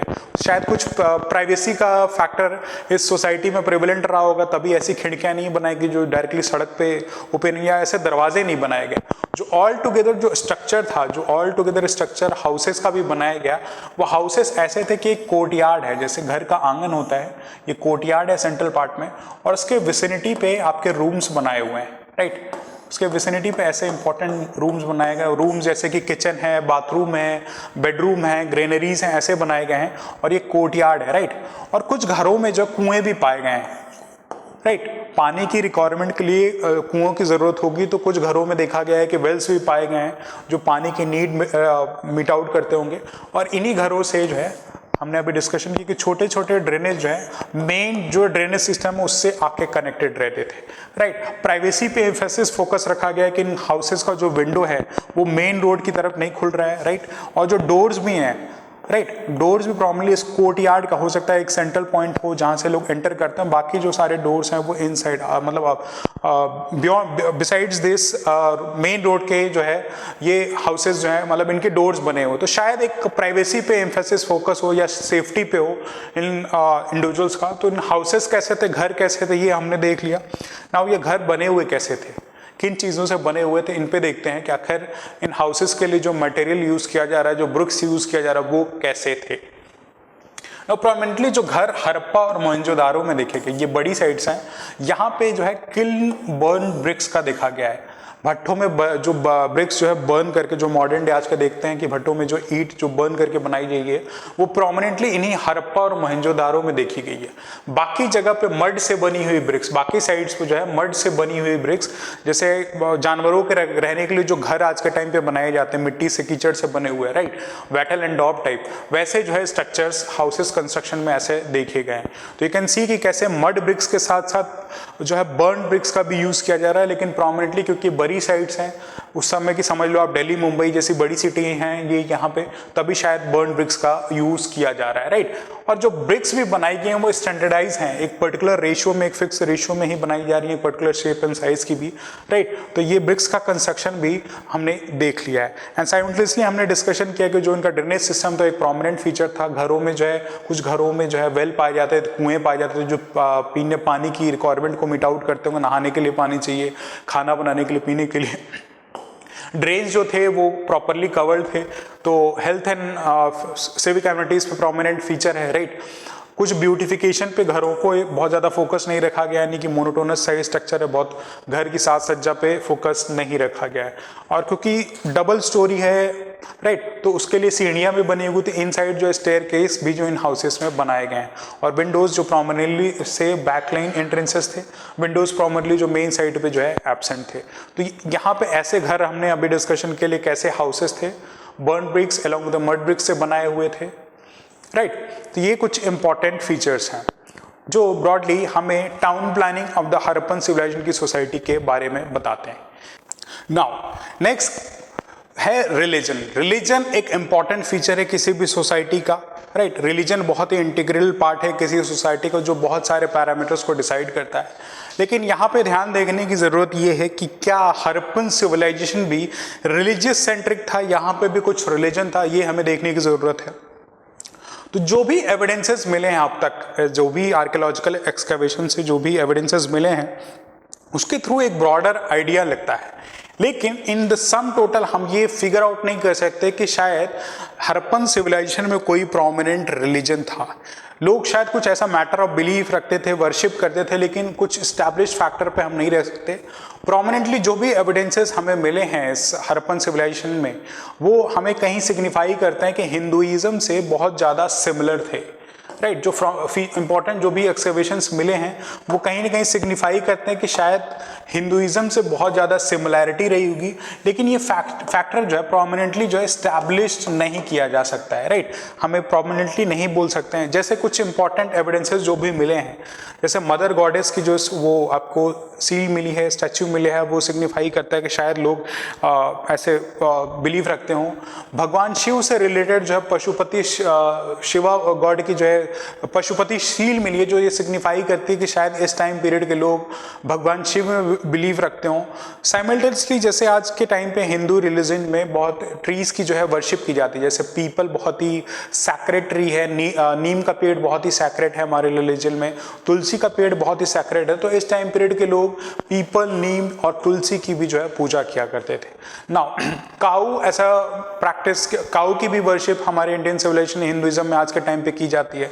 तो यहाँ पे जो सील मिले हैं वहाँ पे हम्प्ड बुल मिला है, राइट। तो इस टाइम पीरियड के लोग भी जो हम्प्ड बुल को वेनरेशन करते थे।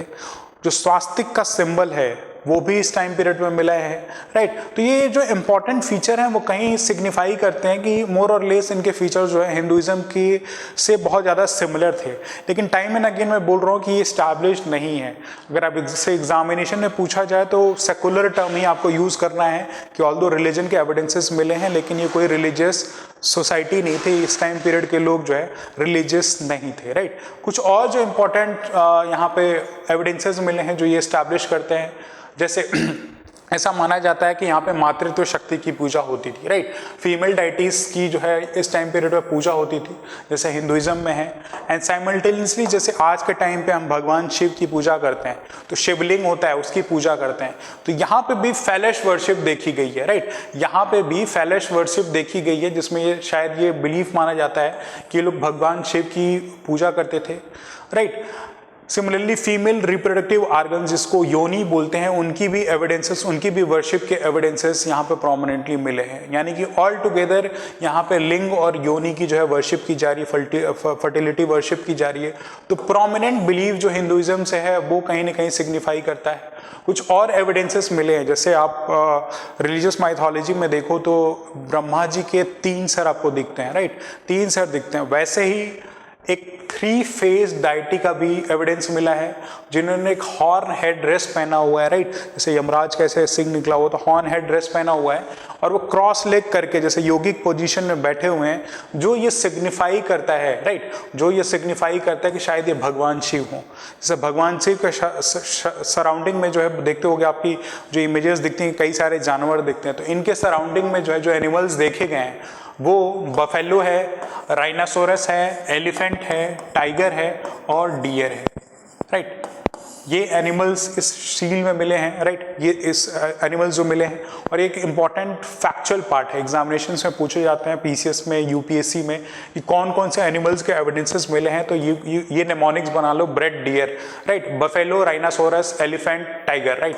ये अलॉन्ग विद द डियर जो है इस पशुपति जो ये जो शील मिली है, जो कि लॉर्ड शिवा ऐसा माना जाता है भगवान शिव हैं, उनके प्रोटोटाइप ऐसे सील पे ये सारे एनिमल्स का जो है डिस्क्रिप्शन दिया गया है।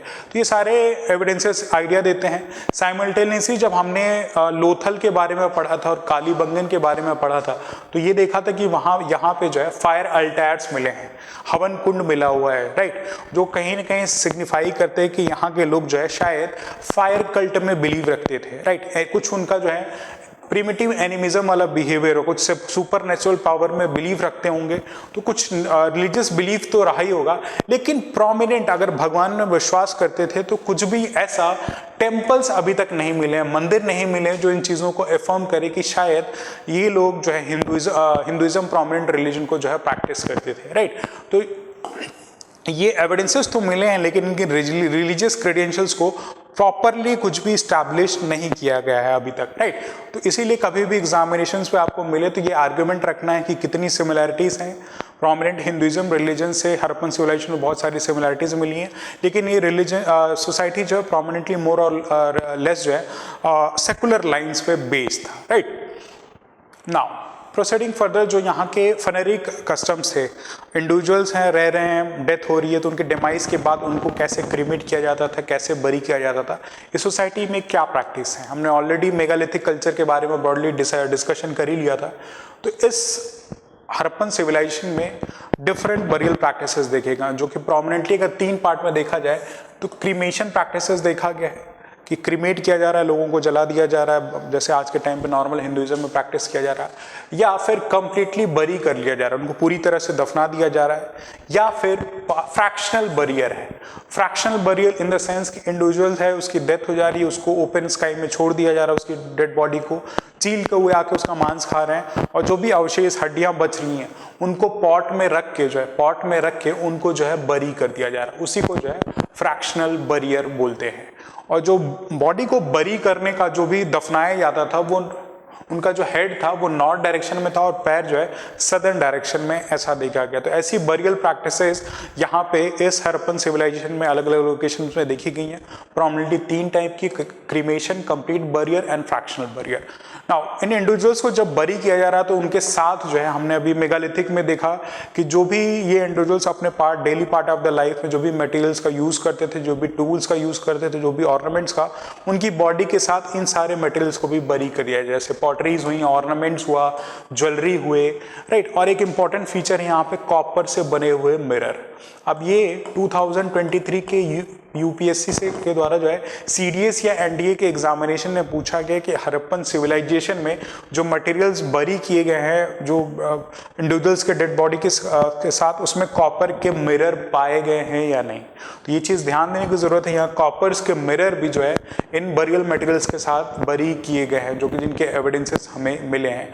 और ऐसा बिलीफ रखा जाता है कि जो इंडिविजुअल्स बरी किए जा रहे हैं अपनी डेथ के बाद, अपनी आफ्टर लाइफ में, उनका शायद ये यूज़ करेंगे, इसी बिलीफ के साथ शायद इन चीज़ों को दफनाया गया होगा, राइट। तो ऐसे एविडेंसेस मिले हैं। कुछ इंपॉर्टेंट साइट्स हैं जैसे कालीबंगन है।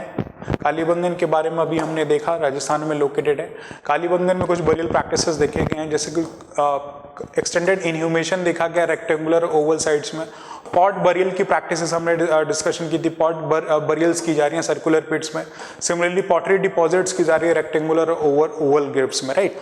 ऐसे कुछ प्रैक्टिसेस देखी गई हैं। लोथल जो है, लोथल में कुछ इंपॉर्टेंट एविडेंसेस मिले हैं, जैसे ग्रेव में जो है गुड्स को दफनाया जा रहा है विथ सिंगल स्केलेटन। एक स्केलेटन हो सकता है, एक इंडिविजुअल हो, उसके साथ कुछ गुड्स को जो है दफनाया जा रहा है, और दूसरे साइड पे ये देखा गया है 2 स्केलेटन एक साथ बरी किए गए हैं, राइट। तो ऐसी साइट्स पे अलग अलग एविडेंसेस मिले हैं जो कि इनके बरियल प्रैक्टिसेस के बारे में सिग्निफाई करते हैं।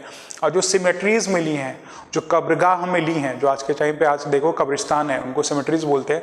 तो जो सिमेट्रीज अलग अलग साइट्स पे मिली हैं, वहाँ पे प्रोमिनेंटली हड़प्पा में जो कॉफिन बरियल देखा गया है, सुरकोतादा में जो पॉट बरियल देखा गया। हड़प्पा में कॉफिन बरियल मतलब ताबूत में हो सकता है डाल के इनको बरी किया जा रहा हो। पॉट बरियल ऐसा सुरकोतादा में देखा गया है कि उनके जो रिमेन्स हैं, जो एशेस हैं, उनको एक पॉट में डाल के उसके साथ जो भी गुड्स हैं उनको जो है ज़मीन के अंदर बरी किया जा रहा है, जैसे सुरकोतादा में पॉट बरियल देखा गया। पेयर बरियल यहाँ पे हमने देखा 2 स्केलेटन है, तो शायद 2 लोग एक साथ दफनाए जाते हो, ऐसे लोथल में ये ऐसे रिमेन्स मिले हैं। तो बरियल प्रैक्टिसेस कैसी थी इस सोसाइटी के इंडिविजुअल्स की, ये प्रोमिनेंटली हमें उनके एविडेंसेस जो मिले वो प्रोमिनेंटली सिग्निफाई करते हैं। नाउ थोड़ा एंटरटेनमेंट पे देखते हैं। आर्ट एंड क्राफ्ट पे सिविलाइजेशन के लोगों को कैसा फोकस था, आर्ट एंड क्राफ्ट में क्या करते थे, कैसी पॉटरीज का यूज़ करते थे, राइट। ये भी एक इंपॉर्टेंट फीचर है। पॉटरी पे हम time and again ancient history में फोकस रख रहे हैं। तो जो पॉटरीज थी वो यहाँ पे 2 टाइप की थी। एक तो प्लेन पॉटरी है, राइट, जो कि रेड एंड ब्लैक पॉटरी है। हमने अभी चाल्कोलिथिक कल्चर में भी देखा कि प्रोमिनेंटली या तो ऑक्चर कलर की पॉटरी थी या रेड एंड ब्लैक कलर की पॉटरीज थी। तो प्राइमरली इस टाइम पीरियड के लोग भी जो ऐसी पॉटरीज का यूज़ करते थे, और जो इन पॉटरीज पे कुछ डेकोरेशंस भी देखी गई हैं, राइट। ऐसे इन पॉटरीज के आउटर सरफेस पे आप देखोगे ऐसे जिगजैग शेप्ड या कुछ फिश स्केल से बनी हुई ऐसे फीचर्स को जो है इंपॉर्टेंट जो है डेकोरेशंस इन पॉटरीज पे की गई। तो अलग अलग शेप्स की जो है जिगजैग लाइन ऐसे ऐसे शेप्स की जो है डेकोरेशन आउटर पॉटरीज में देखी गई है, राइट। तो ये इनके आर्ट एंड क्राफ्ट में कैसी चीज़ें हैं उन पे एक एम्फेसिस है कि पॉटरीज या तो सिंपल प्लेन पॉटरी थी, रेड एंड ब्लैक पॉटरीज जो है उन पर डिजाइंस बनाए जा रहे हैं, और जो भी पॉटरीज थी जैसे डिश ऑन स्टैंड है, जार्स बनाए जा रहे हैं, एस शेप्स जार्स हैं, प्लेट्स हैं, डिशेज हैं, बाउल्स हैं, ऐसी चीज़ें बनाई जा रही हैं। ग्रेन्स को स्टोर करने के लिए बड़े बड़े पॉटरीज की ज़रूरत होगी, राइट। तो लार्ज जार्स बनाए जा रहे हैं, बड़े बड़े जार्स जाए जा रहे हैं ताकि ऐसी पॉटरीज जो है ग्रेन्स को जो है स्टोर कर सके। और ये जो पॉटरीज थी ये प्रॉपरली जो है आग में इनको प्रॉपरली पकाया जाता था, यानी कि वेल फायर्ड पॉटरीज थी, बहुत ही पक्का इनको स्ट्रांग बनाने के लिए वेल फायर्ड पॉटरीज का जो है यूज जो है इस टाइम पीरियड के जो लोग थे, इंडिविजुअल्स थे, वो करते थे, राइट। डिजाइन्स के बारे में देखा गया, पॉटरी व्हील का हमने देख ही लिया था कि न्यूलिथिक टाइम पीरियड में पॉटरीज व्हील का डेवलपमेंट हो चुका है जिससे पॉटरीज बनाई जा रही थी। ये सारी चीज़ें भी यहाँ भी पाई गई हैं। और जो हड़प्पा और मोहनजोदारो में जो पॉटरीज यूज़ की गई हैं वो मोनोक्रोम है, राइट। हमने अब सब्सिक्वेंट पहले देखा था नाला उसमें सिविलाइजेशन में कि पॉलीक्रोम पॉटरीज का यूज़ किया जा रहा था, लेकिन यहाँ पे हड़प्पा एंड मोहनजोदारो में प्रोमिनेंटली जो है मोनोक्रोम पॉटरीज हैं, राइट। मोनोक्रोम पॉटरीज जो है यहाँ पे इस सोसाइटी के लोग कर रहे हैं। नाउ नेक्स्ट इंपॉर्टेंट यहाँ पे है वो सील्स हैं। सील्स का बहुत ही इंपॉर्टेंट सिग्निफिकेशन है। सील्स से थ्रू आर्कियोलॉजिकल एक्सकवेशन जो हमें मिली हैं वो बहुत सारी आइडियाज़ हमें देती हैं। जैसे आज के टाइम पे आप देखोगे तो घरों के बाहर नेम प्लेट लगा रहता है जो इन इंडिविजुअल्स के बारे में बताते हैं कि कौन लोग किसका घर है, किसके बाहर रह रहे हैं।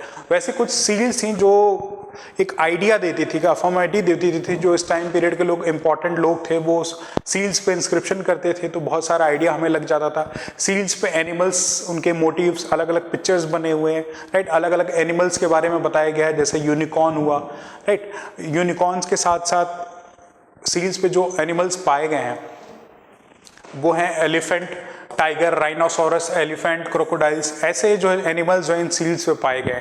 और सील्स बने किससे थे? ये सील्स बने होते थे स्टियाटाइट से। एक सॉफ्ट स्टोन होता है जिसको चीजल आउट करके आप आसानी से कुछ भी डिज़ाइन बना सकते हैं। तो ये जो सील्स है वो स्टियाटाइट से बने थे, कुछ कॉपर से बने हुए थे, शेल गेट्स, एवरी या टेराकोटा का यूज़ किया जाता था इन शील्ड्स के प्रोडक्शन में, राइट। और शील्ड्स पे अलग अलग सिंबल्स भी बने होते थे। जो भी इंफॉर्मेशन कन्वे करनी होती थी उस इंफॉर्मेशन के कोहेरेंस में कोई सिंबल हो तो वो बनाया जाता था, जैसे सर्कल्स हुए, क्रॉसेस हुए, डॉट्स हुए, या स्वास्तिक का सिंबल बनाया हुआ है, या पीपल ट्री का सिंबल जो है इन सील्स में मिले हैं जो अलग अलग आइडिया प्रोवाइड करते हैं। ना इनका कोर पर्पस क्या था? कोर पर्पस आखिर इन सील्स का क्या है? जैसे एक तो मैंने बोला कि एक आइडेंटिटी रिवील कर रहे हैं, अलग अलग डिजाइन्स बने हुए हैं, तो शायद कहीं ना कहीं एक पीस ऑफ इंफॉर्मेशन प्रोवाइड कर रहे हो। एंड सब्सिक्वेंट सील का एक इंपॉर्टेंट फीचर ये भी था कि इस टाइम पीरियड के लोग ट्रेड करते थे। ट्रेड एक पार्ट से दूसरे पार्ट में कर रहे हैं, यानी कि गुड्स का एक्सपोर्ट इम्पोर्ट हो रहा है, तो गुड्स की जो पैकेजिंग होती थी उन पे सील्स लगते थे, मुहर लगते थे, राइट। और ये जो अफर्म करते थे कि जो मटेरियल है इसको खोला नहीं गया। जैसे आप एग्जामिनेशन देने जाते हो तो एग्जामिनेशन हॉल में जो क्वेश्चन पेपर आता है वो सील्ड पैक आता है, और एग्जामिनर का जो होता है वो स्टूडेंट के सामने है, उन सील्स को जो है ओपन अप करता है, जो ये कंफर्म करता है कि वो मटेरियल के साथ टैंपरिंग नहीं की गई है, राइट। तो ये जो सील्स है वो ओनरशिप ऑफ द गुड देते थे, यानी कि जो भी एक्सपोर्ट कर रहा है या जो भी वो मटेरियल भेज रहा उसके बारे में कुछ इन्फॉर्मेशन होगी तो कौन उस गुड का ओनर है, ये सील्स इन्फॉर्मेशन प्रोवाइड करते होंगे, राइट। और ढेर सारे गट्ठे हैं, राइट, बेल्स ऑफ मर्केंटाइज है, उनके बारे में भी अगर सील्स डाल दिया गया तो आपको इन्फॉर्मेशन मिल जाएगी। जैसे आप देखते हो कैसे कोड बना रहता है, कहाँ से मटेरियल शिप आपके अमेजन पैकेज पे लिखा रहता है ना वो सारी डाटा, वैसे सील्स पे वो डाटा लिखा हुआ है। कुछ जगह पे एमुलेट्स भी बनाए गए। एमुलेट्स इन द सेंस, हो सकता है इस टाइम पीरियड के लोग जादू टोने में विश्वास रखते हो तो ताबीज के काम भी आता था, यूज ऑफ एमुलेट्स, राइट। और ट्रांसपोर्टेशन में एक आइडेंटिटी मार्कर था कि कौन कहाँ से एक्सपोर्ट होके आ रहा है, कहाँ पे जा रहा है, कौन इस गुड्स का ओनर है। ये सारी इंफॉर्मेशन जो है इन सील्स में अवेलेबल रहती थी, राइट। जैसे कुछ एग्जांपल्स मिले हैं चानुदारों में, जो कि मॉडर्न डे पाकिस्तान का जो सिंध रीजन है वहाँ पे स्क्वायर स्टैम्प शील्ड्स मिली हैं, राइट, जो एक आइडिया देती हैं, राइट। और झूकर रीजन में जो है यहाँ पे आपके स्टोन और मेटल से बनी हुई शील्ड्स हैं जिन पे कुछ इंस्क्रिप्शन है, जो कि बहुत सारा आइडिया हमें इस हड़प्पन सिविलाइजेशन के बारे में देते हैं। तो सील्स का एक इम्पॉर्टेंट फीचर है। वैसे ही हमने पशुपति शील्ड के बारे में भी डिस्कशन किया, जिसको प्रोटोटाइप ऑफ शिवा माना जाता है, भगवान शिव का प्रोटोटाइप माना जाता है। ये ऐसा पशुपति शील्ड जो है मोहनजोदारो में हमको एक्सकेवेशन के टाइम पे मिला है। एंड साइमल्टेनियसली लोथल के बारे में हमने देखा कि लोथल एक डॉकयार्ड है जहाँ पे गुड्स का इंपोर्ट एक्सपोर्ट होता है। तो यहाँ पे पर्शियन गल्फ की जो है शील्ड्स मिली हैं, जो कि ये एस्टैब्लिश करती हैं कि शायद लोथल पे जो है ऐसा ट्रेड रिलेशन इस रीजन पे किया जाता होगा, तभी ये शील्ड्स यहाँ पे पाई गई हैं। सब्सिक्वेंटली आर्ट्स एंड क्राफ्ट में जो नेक्स्ट इंपॉर्टेंट है वो है बीड्स, मालाएं। बहुत ही अबेंडेंट क्वांटिटी में इस हड़प्पन सिविलाइजेशन की सोसाइटी में बीड्स पाई गई हैं, जो कि प्रोमिनेंटली जो है या तो स्टेटाइट से बनी है, राइट, स्टेटाइट से बनी है, या फिर और भी अलग अलग मेटल्स का यूज़ किया गया है इन बीड्स को बनाने के लिए। बीड्स मैंने अभी बोला कि इनको जैसे नेकलेस आप पहनते हो तो नेकलेस हो सकता है किसकी बीड्स जो है गोल्ड की बनी हुई, सिल्वर, कॉपर, फेंस, सिल या सेमी प्रेशियस स्टोन जो अभी हमने डिस्कस किया, कार्नेलियन है, लैपिस लेजुलाई, इनका यूज़ करके जो है ऐसे बीड्स बनाए जाते थे। कुछ एविडेंसेस मिले हैं लोथल और चानुदारो में ऐसे working shop, beads making worker shops जो होते हैं ना, सुनारों की दुकान है, राइट, वैसे ही कुछ एविडेंसेस जहाँ बीड मेकिंग वर्कर शॉप में आपकी जो है लोथल और चानुदारो में मिली है। ये कुछ इंपॉर्टेंट फीचर्स हैं। कॉपर और ब्रोंज से भी बने हुए जो है बीड्स पाए गए हैं। तो ये यहाँ इस सोसाइटी के आर्ट एंड कल्चर के बारे में बहुत सारी हमें इंफॉर्मेशन इन चीज़ों से मिलती है।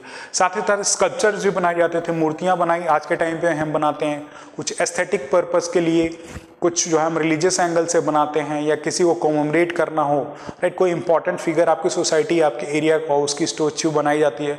तो स्कल्पचर्स भी इस टाइम पे एक इम्पॉर्टेंट फीचर्स थे। लेकिन कुछ बिगर देन लाइफ साइज का ऐसा कुछ स्टैच्यू, बहुत बड़ी स्टैच्यूज नहीं बनाई गई हैं। जो स्टैच्यूज बनाई भी गई हैं वो सॉफ्ट स्टोन से बनाई गई हैं, राइट, सॉफ्ट स्टोन से बनाई गई हैं, जैसे स्टीयाटाइट, लाइमस्टोन या एल्बर्सट से बनाई गई हैं, ताकि उनको आसानी से चीजल आउट करके एक शेप दिया जा सके, राइट। तो ये स्कल्पचर्स के बनाने के लिए इन मटेरियल का यूज़ किया गया है। और शायद ये कल्ट ऑब्जेक्ट जो भी उनका बिलीफ रहा होगा, जिस भी रिलीजन है जिसमें जैसा भी उनका मैटर बिलीफ रहा होगा, उस हिसाब से कल्ट ऑब्जेक्ट्स रहे होंगे या आइकन्स रहे होंगे। कुछ और जो हमें स्कल्पचर्स मिले हैं वो जानवरों के मिले हैं, हो सकता है क्रिएटिविटी के लिए, एंजॉयमेंट के लिए या टॉयज़ के लिए, खेलने के लिए ऐसे जो है एनिमल थोड़े बहुत जो बनाए गए हैं वो कार्विंग्स ऑफ एनिमल्स देखे गए हैं, राइट। और प्रोमिनेंटली जो है स्कल्पचर्स पाए गए हैं वो वही प्रोमिनेंटली जो बड़ी सिटी टाउन्स हैं, मोहनजोदारो में देखा गया है, थोड़े बहुत जो है हड़प्पा में पाए गए हैं, राइट। जिसमें से एक मास्टरपीस जो अभी तक देखा गया है वो बियर्डेड पीस का देखा गया है, जो कि मोहनजोदारो में पाए गए हैं। और दो मेल फिगर्स, एक डांसर और एक youth with muscular body, Harappa में ऐसे स्कल्पचर्स पाए गए हैं। तो ऐसी मूर्तियाँ यहाँ हड़प्पा और मोहनजोदारो में पाई गई हैं। तो कुछ एक आइडिया सा इस टाइम पे देता है कि शायद ये लोग जो भी इनका कल्ट में बिलीव रखते थे उनके बिहाफ पे इन स्कल्पचर्स को बनाते थे। ब्रोंज सिविलाइजेशन है तो इनके लिए भी लोग इनसे भी बेस चीज़ें बनाते होंगे। अब ब्रोंज बना रहे हैं तो उस चीज़ से ब्रोंज बेस कोई आइटम बना रहे हैं तो उसके लिए कुछ एम्प्लॉयमेंट भी की होगी। तो यहाँ ब्रोंज बेस एम्प्लॉयमेंट है, लेकिन वो बहुत ही फ्यू है, राइट, जो कि मोहनजोदारो में पाई गई है। तो ये सारे इंपॉर्टेंट फीचर्स हैं जो कि ब्रोंज से बेस्ड हैं। साइमल्टेनियसली टेराकोटा से भी बहुत सारे जो आपके आइटम्स मिले हैं। टेराकोटा यानी कि आपकी जो हार्ड स्टोन्स हैं हमको रेडिश टाइप कलर में ऐसे कुछ फिगरिंग्स पाई गई हैं जिन पे आर्टिस्टिक स्किल्स को जो है रिफाइन किया गया, लेकिन ये कंपेरेटिव टू द मेटल्स बहुत उतने सोफिस्टिकेटेड नहीं है, यानी कि ब्लंट फॉर्म में बनाए गए हैं, राइट। और सिमिलरली वो भी कल्ट ऑब्जेक्ट्स में बिलीव हैं या खेलने के लिए, बच्चों के खेलने के लिए ये आपकी चीज़ें बनाई हुई है। जो मेटल से बनी हुई चीज़ें हैं वो उसमें एनिमल्स के बारे में हमने नहीं देखा, लेकिन यहाँ प्रोमिनेंटली जो है एनिमल्स टेराकोटा से बने हुए एनिमल्स और बर्ड्स के भी जो प्रोमिनेंट फीचर मिले। एक जो यहाँ पे यूनिकॉर्न का जो है आपको फिगर मिलता है साइमल्टेनियसली, और जो एनिमल्स हैं जैसे rhinoceros, elephant, monkey, turtle, dog, ये सारे फिगर्स भी इस time period, civilisation time period में इनके स्कल्पचर्स के इमेजेस जो है मेड ऑफ टेराकोटा हमें मिलते हैं, राइट। नाउ ये तो सारा ब्रॉडर सोसाइटी के बारे में हो गया कि हड़प्पन की सोसाइटी कैसी थी, यहाँ की पॉलिटी कैसी थी, यहाँ की इकोनॉमी कैसी थी, ये सारा कुछ हमने डिस्कशन कर लिया है, right. Nature of the religion क्या था, लोग यहाँ पे कोई रिलीजियस बिलीफ रखते थे, यानी ये सारी चीज़ें तो हो गई। अब एक और हमारे माइंड में एक क्वेश्चन आ रहा होगा कि इस टाइम पीरियड पे लोग अराउंड 2500 BC से 1750 BC तक जो लोग रह रहे थे, यानी कि 4500 साल पहले, north western part of the India और certain region of the Gangetic region, जैसे आलमगीरपुर इन उत्तर प्रदेश, हमने यूपी में देखा था कि ईस्टर्न मोस्ट एक्सटेंशन है, और प्रोमिनेंटली पाकिस्तान में ये majority of the Harappan sites अभी लोकेटेड है। तो क्या इंडिया के अदर रेस्ट पार्ट में कुछ सिविलाइजेशन फ्लरिश कर रही थी, और कर रही थी तो कैसी थी, कैसा उनका नेचर ऑफ द प्रोफेशन था, कैसे लोग थे, ये हमें देखने की जरूरत है। तो इस टाइम पीरियड के जो कंटेम्प्रेरी कल्चर्स थे, तो the rest part of the India, वो नॉर्दर्न पार्ट कश्मीर से लेके सदर्न पार्ट कन्याकुमारी तक, और गुजरात से लेके ईस्टर्न पार्ट अरुणाचल प्रदेश तक, यानी कि ईस्ट से वेस्ट, नॉर्थ से साउथ तक जो भी अलग अलग कल्चर्स है वो भी फ्लरिश कर रहे थे साइमल्टेनियसली। लेकिन उनका जो कल्चर था थोड़ा अलग था। हड़प्पन सिविलाइजेशन थे, उनकी कल्चरल थोड़ी डिफरेंसेस थे। जैसे कुछ जगह पे यहाँ पे तो प्रोमिनेंटली हड़प्पन सिविलाइजेशन में एक अर्बन सिविलाइजेशन है, प्रोमिनेंटली ट्रेड फ्लरिश कर रहा है, राइट, लोग शहरों में रह रहे हैं। लेकिन other rest part of the Indian सब कॉन्टिनेंट, जैसे सदर्न पार्ट की हम बात करें, प्रोमिनेंटली केरला और श्रीलंका में, यहाँ पे अभी भी जो है हंटिंग और गैदरिंग ही की जा रही है, जो स्टोन एज के टाइम पीरियड के लोग करते थे, राइट, शिकार कर रहे हैं, राइट। तो इस time period southern part of the India में भी हंटिंग ही की जा रही है। एंड बियॉन्ड नियोलिथिक कल्चर जो प्रैक्टिस किया जा रहा था स्टोन एज के टाइम पीरियड पे, वो भी कुछ रीजन्स में विल सी कि नियोलिथिक कल्चर जो है प्रोमिनेंटली कर्नाटका, आंध्र प्रदेश में जो प्रैक्टिस किया जा रहा है, यहाँ पे खेती की जा रही है, पेस्टोरलिज्म की जा रहा है, राइट, एग्रीकल्चरल प्रैक्टिसेस की जा रही है। Southern part of the India में डेक्कन रीजन जो है, वहाँ पे चालकोलिथिक कल्चर फ्लरिश कर रहा है। साइमल्टेनियसली जो गैंगेटिक वैली है, जो northern part of the India है, वहाँ पे भी नियोलिथिक कल्चर जो परमिएट कर चुका है central part of the India में, eastern part of the India में। तो अलग अलग पार्ट ऑफ द इंडिया में, चाहे वो ईस्टर्न पार्ट हो, नॉर्दर्न पार्ट हो, या फिर southern part of the India में, अलग अलग कल्चर फ्लरिश कर रहे हो। कहीं पे पेस्टोरलिज्म है, एग्रीकल्चर है, कहीं पे अभी भी जो है हंटिंग और गैदरिंग की जा रही है, कहीं पे चालकोलिथिक कल्चर फॉलो हो रहा है। यानी कि अलग अलग कल्चर, अलग अलग जोग्राफिकल रीजन पे साइमल्टेनियसली इस हड़प्पन सिविलाइजेशन के टाइम, कंटेम्प्रेरी टाइम पीरियड पे फ्लरिश हो रहे हैं। एंड हम फर्दर देखते हैं कि इस कल्चर, इंडस वैली सिविलाइजेशन या हड़प्पन सिविलाइजेशन का डिबेकल होता है, डिमाइस होता है, राइट। 1750 BC के बाद जो है यहाँ पे जो इस कल्चर का डिमाइस होता है, तो शायद ये जो इंडिविजुअल्स इस सिविलाइजेशन में रह रहे थे, वो माइग्रेट करके इन रीजन्स में आए होंगे। जो हमने ये रीजन्स डिस्कस किए कि अभी जो भी कंटेम्प्रेरी सिविलाइजेशन इनके हैं, यहाँ पे शायद माइग्रेट करके आए होंगे और यहाँ पे रहने लगे होंगे। और यहाँ के जो सिटीज़ हैं, जो हड़प्पन सिविलाइजेशन के सिटीज़ हैं, ऑल टुगेदर इनका जो है डिबैकल हो जाता है, डिमाइस हो जाता है, अंत हो जाता है इस सभ्यता का, इस संस्कृति का, इंडस वैली सिविलाइजेशन का। और इसका डिबेकल क्या होता है, डिमाइस क्यों होता है, क्यों ये सभ्यता खत्म हो जाती है, इनका डेथ क्यों हो जाता है, उसके बारे में अलग अलग हिस्टोरियंस ने अपने व्यू पॉइंट्स दिए हैं। जैसे मॉर्टन व्हीलर एक हिस्टोरियन है, इन्होंने ये बोला है कि शायद प्रोमिनेंटली इस टाइम पीरियड के लोग जो है, इन्होंने इस टाइम पीरियड के लोगों का में जो हड़प्पन सिविलाइजेशन या हड़प्पन सोसाइटी में जो लोग रह रहे थे, उन पे जो आर्यंस ने इन्वेड किया होगा, और आर्यंस ने इन्वेड किया होगा तो यहाँ के लोगों के इंडिविजुअल्स की डेथ होगी, वॉर हुआ होगा जिसमें लोगों की डेथ होगी, इसीलिए इस सोसाइटी, सिविलाइजेशन का पतन हो गया था। इसके पीछे जो एग्जाम्पल दिया जाता है, अभी हमने डिस्कशन किया था कि ऋग्वेद में हड़प्पा जो है, हरियप्पा टर्म यूज किया गया, और उसमें एक बैटल मेंशन किया गया है, बैटल एट हरियप्पा, राइट। और जो आर्कियोलॉजिकल एक्सकवेशन जो स्केलेटन पाए गए हैं, राइट, वो कहीं ना कहीं मैसेकर को सिग्निफाई करते हैं। तो ये एक थ्योरी प्रोपाउंड की जाती है कि आर्यन का इन्वेजन हुआ होगा, आर्यन का इन्वेजन हुआ है, उसी के बिहाफ पे शायद इस सिविलाइजेशन के लोगों का डेथ हुआ। लेकिन ये थ्योरी ऑल टुगेदर नेगेट कर दी जाती है। उसके पीछे रीज़न ये है कि आर्यंस जो है इंडियन सब कॉन्टिनेंट में अराउंड 1500 BC के अराउंड आते हैं, राइट। 1500 BC के अराउंड ये आर्यंस इंडियन सब कॉन्टिनेंट में आते हैं या उस हड़प्पन एरिया के आसपास आते हैं। और इन जो हड़प्पन सिविलाइजेशन का डिबेकल है, वो 300 साल पहले ही, अराउंड 1800 BC के अराउंड ही यहाँ पे सिटीज़ में जो है लोग पलायन करने शुरू हो जाते हैं, डिस्कार्ड करने लग जाते हैं। तो कोई और ही फैक्टर रहा होगा, क्योंकि 300 साल का गैप यहाँ पे दिख रहा है, राइट। तो ये थ्योरी जो मॉर्टाइम व्हीलर ने दी थी, ये शायद नेगेट कर दी जाती है। सब्सिक्वेंट जो है अलग एक थ्योरी जोग्राफिकल फैक्टर दिया गया है, जिसको रॉबर्ट एल राइकेस ने दिया था कि शायद अर्थक्वेक आया होगा तो सिटीज का डिस्ट्रॉयमेंट हुआ होगा, वो एरिया वैसे ही टेक्टोनिक प्रोन है, तो शायद ये एक फैक्टर दिया था। तीसरा फैक्टर जो लैम्ब्रिक ने दिया था कि ये सिविलाइजेशन जो है इंडस वैली और उसके ट्रिब्यूटरी के बैंक पर सिचुएटेड है, राइट। तो ये जो रिवर है इसने शायद अपना कोर्स बदल दिया हो, वाटर की सप्लाई अवेलेबिलिटी ना हो, पीने के लिए लोगों का पानी नहीं होगा, इसीलिए शायद यहाँ के लोग पलायन कर गए होंगे या यहाँ की सिटीज़ का जो है डिबैकल हुआ हो। तो ये कुछ फैक्टर्स बताए गए। दूसरा एक फैक्टर ये बताया गया कि इस टाइम पीरियड पे लोगों का जो है पॉपुलेशन बहुत ज़्यादा बढ़ गया था, और उस टाइम पीरियड अगर पॉपुलेशन बढ़ गया तो लोग पेड़ों का काटना शुरू कर दिया होगा, तो जो भी उस टाइम की जो इकोलॉजिकल सस्टेनेंस है वो इतनी कैपेबल नहीं होगी कि लोगों की फूड की नीड, रहने की नीड को मीट आउट कर सके, यानी कि अनसस्टेनेबल एनवायरनमेंट डेवलप हुआ होगा ड्यू टू ग्रोइंग पॉपुलेशन। यहाँ पे ये चीज़ें पॉसिबल नहीं होगी और अनसस्टेनेबिलिटी के बिहाफ पे शायद ये सिविलाइजेशन का डिबैकल या डिमाइस हुआ होगा, जिसको वॉल्टर एंड फेयर सर्विस में ऐसा प्रोपाउंड किया था।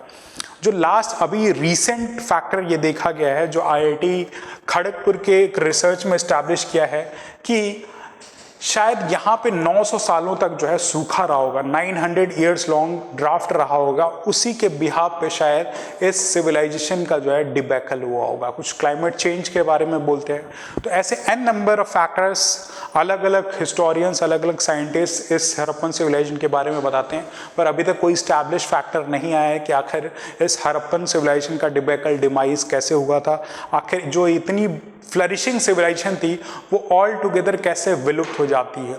4500 साल पहले इतनी एडवांस लेवल पे सिविलाइजेशन थी, लेकिन ऑल टुगेदर वैनिश हो जा रही है, उसके पीछे कोई भी फैक्टर अभी तक वेल स्टैब्लिश्ड नहीं है। तो this is all for this chapter, this Harappan civilisation chapter, जिसको हमने ब्रॉडली देखा है। बहुत काफ़ी लंबा चैप्टर है, लेकिन हमारे एग्जामिनेशन के पर्सपेक्टिव से क्वाइट इंपॉर्टेंट एंड क्रूशियल है। एवरी नाउ एंड देन हर एक एग्जामिनेशन में से क्वेश्चन पूछा जाता है। जो भी हड़प्पन साइट्स हमने डिस्कस की, जो भी इंपॉर्टेंट साइट्स, उन पे बेस्ड क्वेश्चंस, उनके इंपॉर्टेंट फीचर्स में इस सिविलाइजेशन की पिक्यूलियर कैरेक्टरिस्टिक्स जैसे टाउन प्लानिंग, ड्रेनेज सिस्टम, इन सब के बारे में एग्जामिनेशंस में टाइम एंड अगेन पूछा जाता है। Hope you have enjoyed this session. If you have enjoyed it, then please do give us the feedback and do like us. Till then, goodbye and all the best.